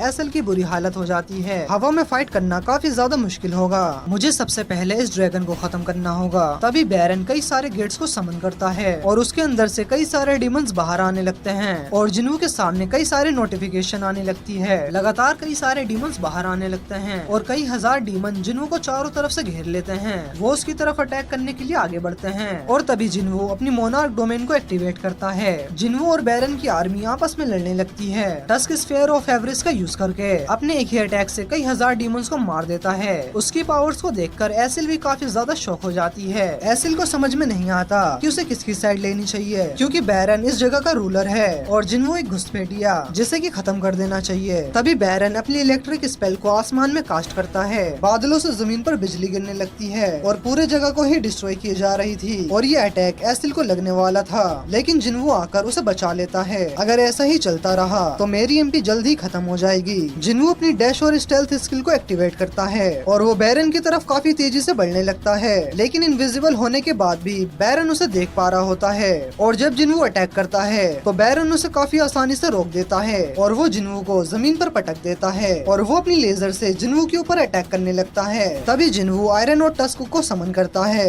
टस्क अपनी फायरबॉल से उस अटैक को ब्लॉक कर देता है और जब इस अटैक की वजह से बैरन का ध्यान भटकता है, जिन्वू इग्रिस की स्वॉर्ड को फेंक कर काइसल की गर्दन को काट देता है और बैरन नीचे आ जाता है। आखिरकार तुम नीचे आ ही गए, इतनी देर से ऊपर देख देख के मेरी गर्दन दुख गई। बैरन फुल कॉन्फिडेंस के साथ उसकी तरफ बढ़ने लगता है। दूसरी तरफ हमें हंटर एसोसिएशन जापान के हंटर्स के बीच की मीटिंग दिखाई जाती है और इस बंदे का नाम गोटो रियूजी है जो कि ड्रो स्वॉर्ड गिल्ड का मास्टर है और इस गिल्ड में टोटल 11 एस रैंक के हंटर्स हैं और ये पूरी एशिया की दूसरी सबसे बड़ी गिल्ड है। जापान के हंटर्स जेजू आइलैंड वाले मिशन में कोरिया की हेल्प करने आए हैं। गोतो की ट्रांसलेटर हानेकावा बताती है कि उड़ने वाली एंट्स की लाइफ सिर्फ 1 साल की होती है, तो अगर हम क्वीन एंट को मार दें तो बाकी की एंट्स 1 साल में अपने आप ही खत्म हो जाएगी। और हमें पिछले 3 रेड मिशन से पता चला है कि ये जो एंट्स हैं पावरफुल एनिमीज की तरफ अट्रैक्ट होती हैं और इसका फायदा उठाकर हम कोई प्लान बना सकते हैं। तो इस मिशन में ड्रो गिल्ड के 11 में से 10 एस रैंक के हंटर्स शामिल होंगे, जिसमें गोतो भी शामिल होगा। हम सभी एंट्स का ध्यान अपनी तरफ करेंगे और आप लोगों की जिम्मेदारी होगी एंट क्वीन को खत्म करने की। वहीं डंजन के अंदर बैरन की आर्मी की तादाद ज्यादा होने की वजह से उसके सोल्जर्स मारे जा रहे थे और उसकी एमपी भी काफी तेजी से घट रही होती है। जिन्वू को मानव पोषण पीने तक का समय नहीं मिलता और तभी बैरन एक पावरफुल लाइटनिंग अटैक करता है, लेकिन टस्क उसे अपनी प्रोटेक्शन स्पेल की मदद से रोक देता है। तभी टैंक और आयरन उसके ऊपर अटैक करते हैं, लेकिन वो लाइटनिंग अटैक से आयरन को खत्म कर देता है और इग्रिस जब उसके पास पहुंचता है वो अपने मुंह से लाइटनिंग अटैक करके उसे भी खत्म कर देता है। जिन्वू उसके ऊपर अटैक करने जाता है, लेकिन बैरन के सेंसेस इतने तेज थे कि वो उसके अटैक को रोक देता है और तभी बैरन उसके सर को पकड़ लेता है। बैरन अपनी स्वॉर्ड से उसे मारने ही वाला था, लेकिन जिन्वू के सोल्जर्स उसे आकर बचा लेते हैं और जैसे ही बैरन का ध्यान भटकता है, जिन्वू अपने दोनों डैगर्स उसके हाथ में घुसा देता है और इग्रिस भी अपने स्वॉर्ड को उसके दूसरे हाथ में घुसा देता है और टस्क उसके दोनों हाथों को पीछे से पकड़ लेता है। लेकिन बैरन अपने मुंह से एक बहुत ही बड़ा ब्लास्ट करता है और इस अटैक से इग्रिस और टैंक मारे जाते हैं और अब सिर्फ जिन्वू अकेला बचा होता है और उसकी एमपी भी पूरी तरह से खत्म हो चुकी थी, यानी कि वो अभी अपने सोल्जर्स को समन नहीं कर सकता।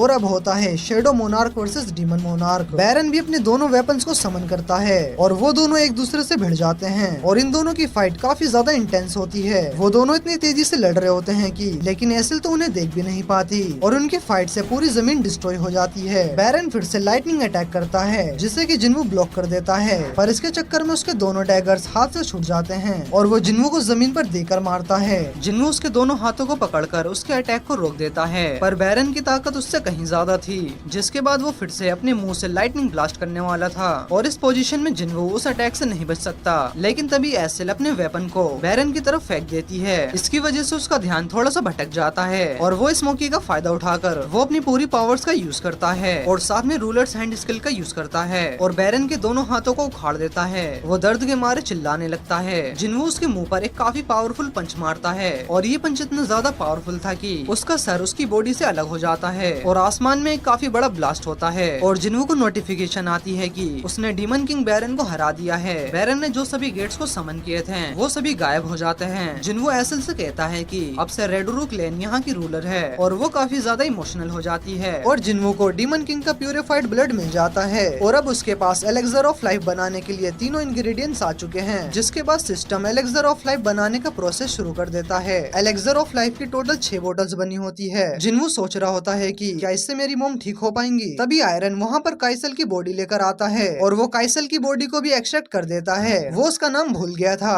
और वो उसका नाम काइसल रख देता है। जिन्वू जल्दी से अपनी मोम के पास जाना चाहता था और वो एक स्टोन को बाहर निकालता है। इस स्टोन की मदद से उसे एक नई एबिलिटी मिली होती है जिसका नाम शेडो एक्सचेंज है। इसकी मदद से वो अपने किसी भी शेडो सोल्जर्स के साथ अपनी पोजीशन को एक्सचेंज कर सकता है और एक बार यूज करने के बाद इसे दोबारा 3 घंटे के बाद यूज कर सकता है। एसिल जिन्वू से कुछ कहना चाहती थी। मेरे पास टाइम नहीं है एसिल, तुम यहाँ से अकेली चली जाना। और तभी जिन्वू अपनी शेडो को एक्सचेंज कर देता है और वहाँ पर एक शेडो सोल्जर आ जाता है और ये थोड़ा कंफ्यूज होता है कि ये यहाँ पर कैसे आ गया। जिन्वू सीधा अर्थ पर टेलीपोर्ट हो जाता है और वो काइसल को समन करता है और उस पर बैठकर हॉस्पिटल की तरफ निकल जाता है। इधर गोगन ही और जिनचुल जेजू आइलैंड रेड के लिए प्लानिंग कर रहे होते हैं। ये लोग हंटर्स की मैजिक पावर का यूज करके एंड्स को उनकी क्वीन से अलग कर देंगे। इसके बाद ये लोग रेडियो वेव्स का इस्तेमाल करेंगे जिससे कि एंड्स आपस में कम्युनिकेट नहीं कर पाएंगी और और ये कि हंटर्स नेस्ट में जाकर क्वीन को मार देगी। इन्हें ये नहीं पता था कि रेडियो वेव्स वाला आइडिया काम करेगा भी या नहीं। गन ही पूछते हैं कि क्या तुम जिन्वू से कांटेक्ट कर पाए? नहीं, अभी तक हमारी बात उससे नहीं हुई। इसके बाद हम बाइक को देखते हैं जो कि अपने पुराने दोस्त ब्यूंगो के साथ डिनर कर रहा होता है। वो उससे पूछता है कि क्या तुम सच में वापस से उस आइलैंड पर जाना चाहते हो, जबकि तुमने अपनी आंखों से युनसुक को वहाँ पर मरते हुए देखा था। दरअसल युनसुक इनका तीसरा दोस्त था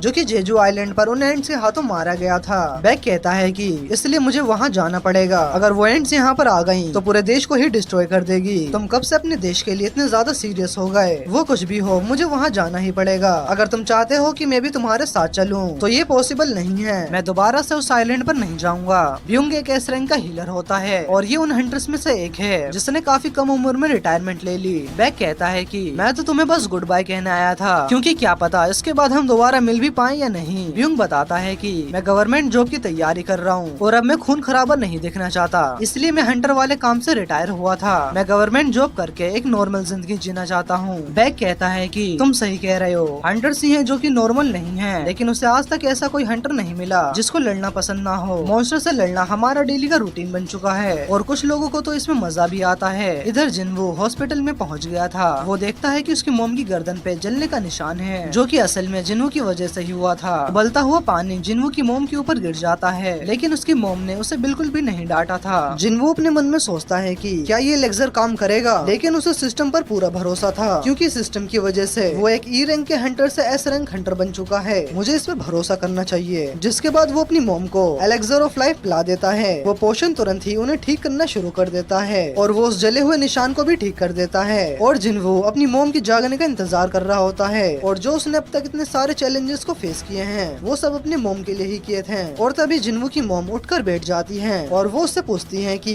मैं यहाँ पर कितने सालों से सो रही थी? पूरे 4 सालों से मोम। जिसके बाद वो जिन्हा के बारे में पूछती है। जिन्वू उन्हें बताता है कि वो बिल्कुल ठीक है, तुम कितने बड़े हो गए हो और तुमने अपनी बहन का भी ख्याल रखा। तुमने सच में काफी ज्यादा मेहनत की है। और जिन्हू काफी ज्यादा इमोशनल हो जाता है और वो काफी ज्यादा रोने लगता है। अगले दिन डॉक्टर्स को पता चलता है कि इंटरनल स्लम्बर वाली पेशेंट जाग चुकी है और ये सुनकर डॉक्टर शॉक हो जाते हैं। हमें उनकी बॉडी में अब कोई भी बीमारी नहीं दिख रही है। और जिन्हा भी अपनी मोम से मिलने आ जाती है और वो रोते हुए उनके गले लग जाती है। वहीं ये सब देखकर जिन्हू सोचता है कि उसने अभी तक जितनी भी मेहनत की थी उसका रिवॉर्ड उसे आज मिला है। दूसरी तरफ गोगन ही प्रेस कॉन्फ्रेंस कर रहे थे और मीडिया को जेजू आइलैंड पर होने वाले 4th रेड के बारे में बताते हैं। ब्यूंग भी इस न्यूज को देख रहा होता है और हमें एक पास्ट का सीन दिखाया जाता है और ये टाइम तब का था जब जेजू आइलैंड पर तीसरी रेड होने वाली थी, जिससे बाइक, ब्यूंगो और युनसुक डरे हुए थे। युनसुक कहता है कि जब हम लोग इतने ज्यादा डरे हुए हैं तो जिनके पास पावर्स नहीं है वो कितने ज्यादा डरे होंगे और इसीलिए इस काम को सिर्फ हम ही कर सकते हैं। वहीं बैक नींद में कहता है कि मैं उन सभी चींटियों को कुचल दूंगा और ब्यूंग भी रेड पर जाने के बारे में सोच रहा होता है। दूसरी तरफ जिन्वू और जिन्हा अपनी मोम को घर ले आते हैं और घर में चारों तरफ कूड़ा फैला हुआ था, क्योंकि जिन्वू जब से गया था जिन्हा ने बिल्कुल भी सफाई नहीं की थी और वो तीनों मिलकर घर की सफाई करने लगते हैं। जिन्वू अपने घर को पहले जैसा देखकर काफी ज्यादा खुश था, लेकिन उसे पता नहीं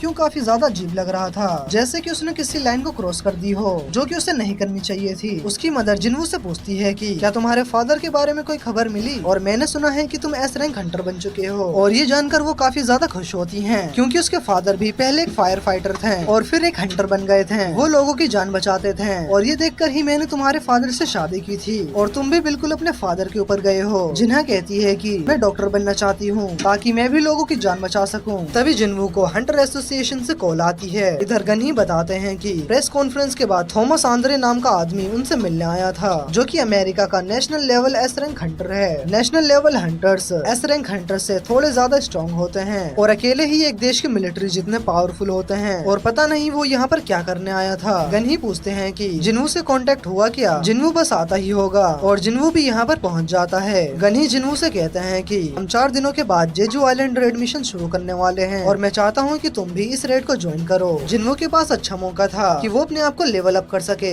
लेकिन अब तो उसने अपनी मोम को ठीक कर दिया है तो उसके पास लड़ने के लिए कोई भी वजह नहीं बची। और तभी जिन्वू को पावरफुल माना फील होता है। गन ही उसे बताते हैं कि सभी एस रैंक के हंटर्स जिम में वार्म अप कर रहे हैं और तुम्हें ही चलकर देखना चाहिए। और दूसरी तरफ हम देखते हैं कि बेक और हंटर माँ आपस में लड़ रहे थे। हंटर माँ फेम गिल्ड का एक एस रैंक का हंटर है और गन ही और जिन्वू जिम में आ जाते हैं। गन ही बताते हैं कि वो माना वेव्स यहीं से निकली होगी। एस रैंक के हंटर्स कभी कभी इकट्ठा होते हैं और हंटर माँ बेक को काफी आसानी से नीचे पटक देते हैं। तुम्हें अपनी लोअर बॉडी पर फोकस करना चाहिए और बेक दोबारा से खड़े होकर उनसे लड़ने लग जाता है और जिन्वू बेक को स्ट्रेंथ के मामले में हारता हुआ देखकर थोड़ा शॉक हो जाता है और तभी वहाँ पर चोई आ जाता है। वो उसे बताता है कि अगर बाइक अपनी पूरी ताकत का यूज करेगा तो वो हंटर माँ को काफी आसानी से हरा सकता है, तो वो अपनी ताकत को क्यों रोक रहे हैं। अगर बेक ने अपनी पूरी ताकत का यूज किया तो वो एक मॉन्स्टर में ट्रांसफॉर्म हो जाएगा और हंटर माँ के लिए काफी ज्यादा दिक्कत हो सकती है। और तभी यहाँ पर जापान के 10 एस रैंक हंटर्स भी आ जाते हैं जिनके साथ गिल्ड मास्टर गोटो भी था। एक लड़की पूछती है कि वो कौन है, तो हानेकावा बताती है कि वो जिन्वू है जो कि हाल ही में एस रैंक का हंटर बना है। तो गोतो कहता है कि जरूर ये एसेसिन टाइप का हंटर होगा, जिस पर हानेकावा कहती है कि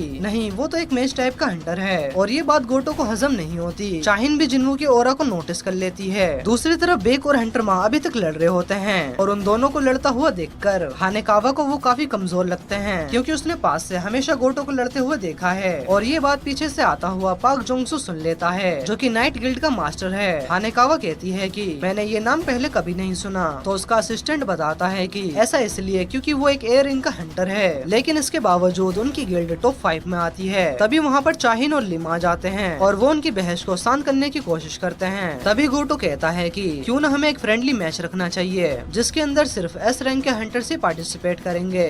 गनी कहते हैं कि इसमें असासिन्स और मैजिशियन टाइप के हंटर्स पार्टिसिपेट नहीं लेंगे, इसमें सिर्फ कॉम्बैट टाइप के हंटर्स ही पार्टिसिपेट करेंगे। जिसके बाद बाइक रूल्स बताता है अगर किसी को भी नीचे गिरा दिया या फिर उसके पीठ को टच कर लिया वो हार जाएगा और ये 1v1 फाइट नहीं होगी, इसमें हम एक टीम की तरह लड़ेंगे क्योंकि आइलैंड पर भी हमें एक टीम की तरह ही लड़ना है। कोरिया और जापान के हंटर्स 4-4 टीम्स में डिवाइड हो जाते हैं। कोरिया की तरफ से हंटर चाहिन, हंटर लिम, हंटर बेक और हंटर माथ हैं। दूसरी तरफ जापान के हंटर्स होशिना, तनाका, तुआता और कुमो माटोथ हैं। जिन्वू इस बात से काफी ज्यादा खुश था कि उसे एस रैंक के हंटर्स की बैटल देखने को मिलेगी, लेकिन वो देखता है कि गोटो इस फाइट में पार्टिसिपेट नहीं कर रहा है। हंटर माँ अपनी पावर से अपने आप को काफी ज्यादा बड़ा कर लेता है और सभी अपना अपना एक ओपोनेंट चुनकर लड़ने लगते हैं। हंटर माँ अपनी पावर से अपने आप को काफी ज्यादा बड़ा कर लेता है, जिसके बाद उन सभी में फाइट शुरू हो जाती है। हंटर माँ केंजो से लड़ रहे होते हैं क्योंकि वो दोनों ही अपनी स्ट्रेंथ को चेक करना चाहते हैं। दूसरी तरफ होशिनो लिम के साथ लड़ रहा होता है, लेकिन लिम के लिए उसकी स्पीड काफी ज्यादा थी क्योंकि वो एक रेंज टाइप का हंटर है, तो इसलिए वो दूर रहकर ही उसके ऊपर अटैक करता है। पर होशिनो की मूवमेंट्स की वजह से बाकी के हंटर्स भी उनकी लड़ाई के बीच में आ जाते हैं। तभी हंटर माँ अपने साइज को और भी ज्यादा बड़ा करके गेंजो से लड़ने लगते हैं और उनके फाइट से अरीना पूरी तरह से डिस्ट्रॉय हो रही थी। मिस्टर प्रेसिडेंट, ये अरीना टॉप लेवल के स्टोन से बना है ना? हाँ, तुमने बिल्कुल सही कहा। आज देख ही लेते हैं कि ये जिम कितना ज्यादा स्ट्रॉन्ग है। वहीं बैक कुमा से लड़ रहा होता है, लेकिन कुमा काफी ज्यादा डरा हुआ था।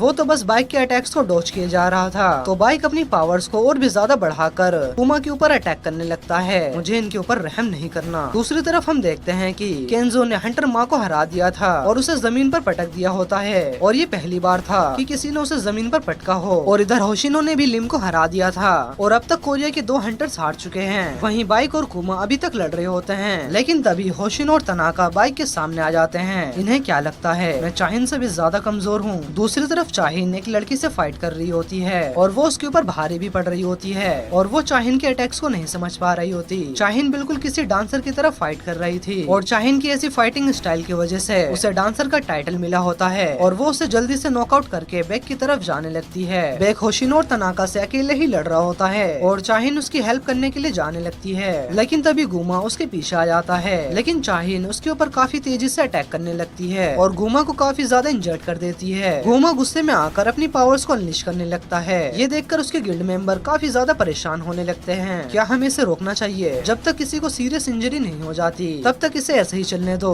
गुमा बड़ी ही तेजी से चाहिन पर अटैक्स करने लगता है और वो उसके ऊपर कंटिन्यूअस अटैक करता ही रहता है और वो फ्रेंडली मैच को भूलकर चाहिन को खत्म करने की सोच रहा था और वो चाहिन पर काफी ज्यादा भारी पड़ने लगता है। और तभी वहाँ पर एक धमाका होता है और हम देखते हैं कि जिन्वू ने उसके अटैक को रोक दिया था। ये फ्रेंडली मैच से तो कहीं ज्यादा बढ़ चुका है। अबे तू है कौन? और गुमा उसके ऊपर अटैक करने जाता है पर जिन्वू से काफी आसानी से जमीन पर पटक देता है और वो चाहिन से कहता है कि मिस चाहिन, मुझे लगता है आपको हार मान लेनी चाहिए। दूसरी तरफ हम देखते हैं कि बेक भी हार चुका है और उसे लगता है कि अगर वो पूरा भी ट्रांसफॉर्म हो जाता तो वो तब भी इस मैच को नहीं जीत पाता। गोटो कहता है कि ये भला कहाँ से मैच टाइप का हंटर लग रहा है। इसके बाद हानेकावा जिन्वू के पास आकर कहती है कि गोटो आपके साथ फाइट करना चाहते हैं, लगता है वो मेरी पावर्स को चेक करना चाहता है। ये मेरे लिए भी एक अच्छा मौका है, मुझे पता लग जाएगा कि डीमन कैसल से आने के बाद मेरी ताकत कितनी ज्यादा बढ़ चुकी है। और हानेकावा आकर बताती है कि वो आपसे लड़ने के लिए तैयार है, पर जिन्वो ने एक शर्त रखी है, आपको अपनी पूरी ताकत से लड़ना होगा। वहीं न्यूज में जेजू आइलैंड रेड के बारे में बताया जा रहा था और जूही भी इस न्यूज को देख रही थी, तो वो हंटर एसोसिएशन को कॉल करती है ताकि वो उन्हें सपोर्ट टीम की तरह ज्वाइन कर सके। वहीं चाहिन सोच रही होती है कि क्या उन्हें इस लड़ाई को रोकनी चाहिए। अगर ये कोई नॉर्मल फाइट होती तो हम इसे जरूर रोकते हैं, और मैं भी ये देखना चाहता हूँ कि क्या जिन्वो गोटो को हरा भी सकता है। और हंटर माँ इस मैच के लिए काफी ज्यादा एक्साइटेड होते हैं। जिन्वो अपनी स्ट्रेचिंग पूरी करके कहता है कि मैच को शुरू करें, लेकिन उसे कुछ बोलने से पहले ही गोटो उसके ऊपर अटैक कर देता है और जिन्वो काफी इजीली उसके अटैक से बच जाता है। मेरी बात तो पूरी होने दे यार। इसके बाद गोटो फिर से उसके ऊपर अटैक करना शुरू कर देता है। सारे हंटर्स ये देखकर हैरान हो जाते हैं क्योंकि वो गोटो की मूवमेंट्स को समझ नहीं पा रहे होते हैं, लेकिन जिन्वो उसके हर अटैक्स को डॉज किए जा रहा था। लेकिन चाहिन देखती है कि वो सिर्फ अटैक्स को डॉज नहीं कर रहा है बल्कि अपने ओपोनेंट की ताकत को भी मेजर कर रहा है। और जिन्वो के हंसने की वजह से गोटो का गुस्सा और भी ज्यादा बढ़ जाता है, तो वो अचानक से ही अपनी पावर्स को बढ़ाकर उसके ऊपर अटैक्स कर देता है। और इस अटैक की वजह से जिन्वो की गाल पर एक कट लग जाता है, और जब वो अपने दूसरे हाथ से अटैक करता है जिन्वो उसके दूसरे हाथ को ही पकड़ लेता है। ये मेरी कलाई को भी पकड़ सकता था, पर इसने मेरे हाथ को पकड़ा। क्या तुम मेरे साथ खेल रहे हो? अगर मैं तुम्हारी कलाई को पकड़ता तो ये मैच यहीं पर खत्म हो जाता। मुझे नहीं लगता कि तुम भी ऐसा ही चाहते हो। और इसके बाद ये फाइट सीरियस हो जाती है। वो दोनों पीछे जाकर अपने ऑरा को रिलीज करने लगते हैं, और ये देखकर बाकी के हंटर्स काफी ज्यादा घबरा जाते हैं और दोनों की पावर्स आपस में क्लैश होने लगती है। और जैसे ये दोनों एक दूसरे पर अटैक करने के लिए आगे बढ़ते हैं, और तभी उन दोनों के बीच में आइस का एक बैरियर आ जाता है और दोनों टीम के हंटर उन्हें पकड़कर रोक देते हैं। इसके बाद हंटर मां जिन्वो के पास आकर उसकी तारीफ करता है, तुम गोटो के सामने काफी अच्छा टिक गए। अगर उसके सामने कोई मामूली हंटर होता तो वो 1 सेकंड में ही नॉकआउट हो जाता। और जिन्वो ने उन सभी हंटर्स की शेडो में अपना एक एक शेडो सोल्जर हाइड कर दिया होता है, और इसके बारे में किसी को पता भी नहीं चलता। इसके बाद गोटो वहाँ से चला जाता है और जिन्वो गन्ही के पास आकर कहता है कि मैं जेजू आइलैंड रेड पर नहीं जा सकता। और इसके बाद गोटो अपने वाइस गिल्ड मास्टर से बात कर रहा होता है। यहाँ पर एक कमाल का हंटर है, वो कितना भी कमाल का हो आपसे ज्यादा ताकतवर नहीं होगा। नहीं, ऐसा बिल्कुल भी नहीं है। मुझे लगता है कि वो मुझसे भी ज्यादा ताकतवर है, लेकिन रेड लिस्ट में तो उसका नाम है ही नहीं। दूसरी तरफ चाहिन भी देखती है कि लिस्ट में जिन्वो का नाम नहीं है, यानी कि वो रेड पर नहीं जा रहा है। चोई कहता है कि जरूर इसके पीछे कोई वजह होगी, लेकिन फिर भी उस आइलैंड पर 15 एस रैंक के हंटर्स जा रहे हैं, इतनी ताकत तो काफी होगी, और इस बार हम उस आइलैंड का चैप्टर क्लोज ही कर देंगे। दूसरी तरफ बाइक भी देखता है कि ब्यूंग भी इस रेड पर नहीं जा रहा है। जिन्वो जब घर पर आता है वो देखता है कि उसकी मोम ने उनके लिए खाना बनाया है, जिसके बाद वो सभी बैठकर साथ में खाना खाते हैं। और यही वजह है कि जिन्वो रेड पर नहीं जाना चाहता, क्योंकि उसकी मोम काफी समय के बाद ठीक हुई है। और इसके बाद हमें जेजू आइलैंड का सीन दिखाया जाता है, जहाँ पर खाने की कमी होने की वजह से ये एंट्स एक दूसरे को ही खा रही होती हैं। और क्वीन एंट कहती है कि मुझे एक ताकतवर बच्चा चाहिए जो कि इतना पावरफुल हो हमारे किंगडम को लीड कर सके। और वहाँ पर एक बहुत ही बड़ा अंडा होता है, और तभी उस अंडे में क्रैक्स आने लगते हैं, और वो एंट थोड़े ही देर में अपने अंडे से बाहर आ जाता है, और अंडे से बाहर आते ही उसका कलर चेंज होने लगता है, और ये बाकी एंट से काफी ज्यादा अलग था। और वो चिल्लाते हुए अपनी मैजिकल एनर्जी को सीधा आसमान की तरफ शूट करता है। उसकी मैजिकल एनर्जी पूरी आइलैंड में ही फैल जाती है। और अगले दिन जेजू आइलैंड पर कई सारी बैटल शिप्स को भेजा जाता है। सबसे पहले काफी सारी शिप्स पूरे आइलैंड को चारों तरफ से घेर लेती है, और शिप्स पर काफी सारे हंटर्स भी मौजूद थे, ताकि अगर कोई एंट वहाँ से बाहर आ जाती है तो वो सिटी में पहुँचने से पहले उन्हें रोक सके। वहीं हंटर माँ अपने वाइस गिल्ड मास्टर से कहता है कि मेरी गैर हाजिरी में तुम सब कुछ संभाल लेना, और ली भी यहीं पर होता है। इसके बाद हम काफी सारे हंटर्स को देखते हैं, जहाँ सबसे आगे ए और बी रैंक के हंटर्स खड़े थे, और उनके पीछे कम रैंक वाले हंटर थे जो कि उन्हें सपोर्ट टीम की तरह काम करेगी। और तभी बाइक देखता है कि ब्यूंग भी इस रेड को ज्वाइन करने के लिए आ चुका है। दूसरी तरफ जापान के हंटर्स आइलैंड पर पहुंच चुके हैं, और वो सभी अपनी अपनी पोजीशन ले लेते हैं, और जापान के हंटर्स 4 टीम्स में डिवाइड हो चुके थे, और वो आइलैंड के 4 कोनों में पहुंच जाते हैं। कोरिया के हंटर्स हेलीकॉप्टर में बैठकर आइलैंड की तरफ जाने लगते हैं, और उनके साथ में एक कैमरामैन भी था जो कि इस पूरे ही रेड को लाइव टेलीकास्ट करेगा। और ये असल में एक ए रैंक का हंटर भी है। और जब वो सभी आइलैंड पर पहुंचने वाले थे, गोटो के इशारे पर सभी हंटर्स अपने ऑरा को रिलीज करने लगते हैं। उनकी एनर्जी रिलीज होते ही सभी एंट्स उन्हीं की तरफ जाने लगते हैं, लेकिन कुछ एंट्स हेलीकॉप्टर की तरफ भी आने लगती है। तो चोई बाहर जाता है और अपने फायर से उन एंट्स के ऊपर अटैक कर देता है, लेकिन इसके बाद भी कई सारी एंट्स बच जाती हैं। तो वो इस बार उससे भी ज्यादा पावरफुल अटैक करता है, जिससे कि वो सभी एंट्स मारी जाती हैं और चोई का वो अटैक सीधा आइलैंड पर जाकर टकराता है और वो सभी उतरने के लिए रेडी हो जाते हैं। दूसरी तरफ शिप से इंफ्रारेड सिग्नल भेजना शुरू कर दिया जाता है, जिसकी वजह से एंड क्वीन इन एंट्स को मदद के लिए नहीं बुला पाएगी। वहीं आइलैंड पर जापान के सभी हंटर्स उन एंट्स को काफी आसानी से मार रहे होते हैं, जिसकी वजह से उन्हें लगता है कि शायद वो सब अकेले ही इस मिशन को पूरा कर सकते थे। कोरिया के हंटर्स तो बस हमारा टाइम वेस्ट कर रहे हैं। दूसरी तरफ कोरिया की टीम उस वोल्केनो के अंदर चली जाती है और चोई अपनी पावर से ऊपर बैरियर बना देता है, जिससे कि कोई भी एंट अंदर ना आ पाए। पर वहाँ पर कई सारे रास्ते थे तो उन्हें समझ में नहीं आता कि उन्हें किस रास्ते में जाना चाहिए। तभी चोई काफी सारी फायर बॉल्स बनाता है और उन सभी रास्ते के अंदर एक एक को भेज देता है। हमें वो रास्ता ढूंढना होगा जो कि हमें एंट क्वीन तक लेकर जाए, और वो मिल गया। वहीं दूसरी तरफ जिन्वो अपनी डेली क्वेस्ट को पूरा कर रहा था और आज कोई भी इंसान उसे बाहर नहीं दिख रहा होता,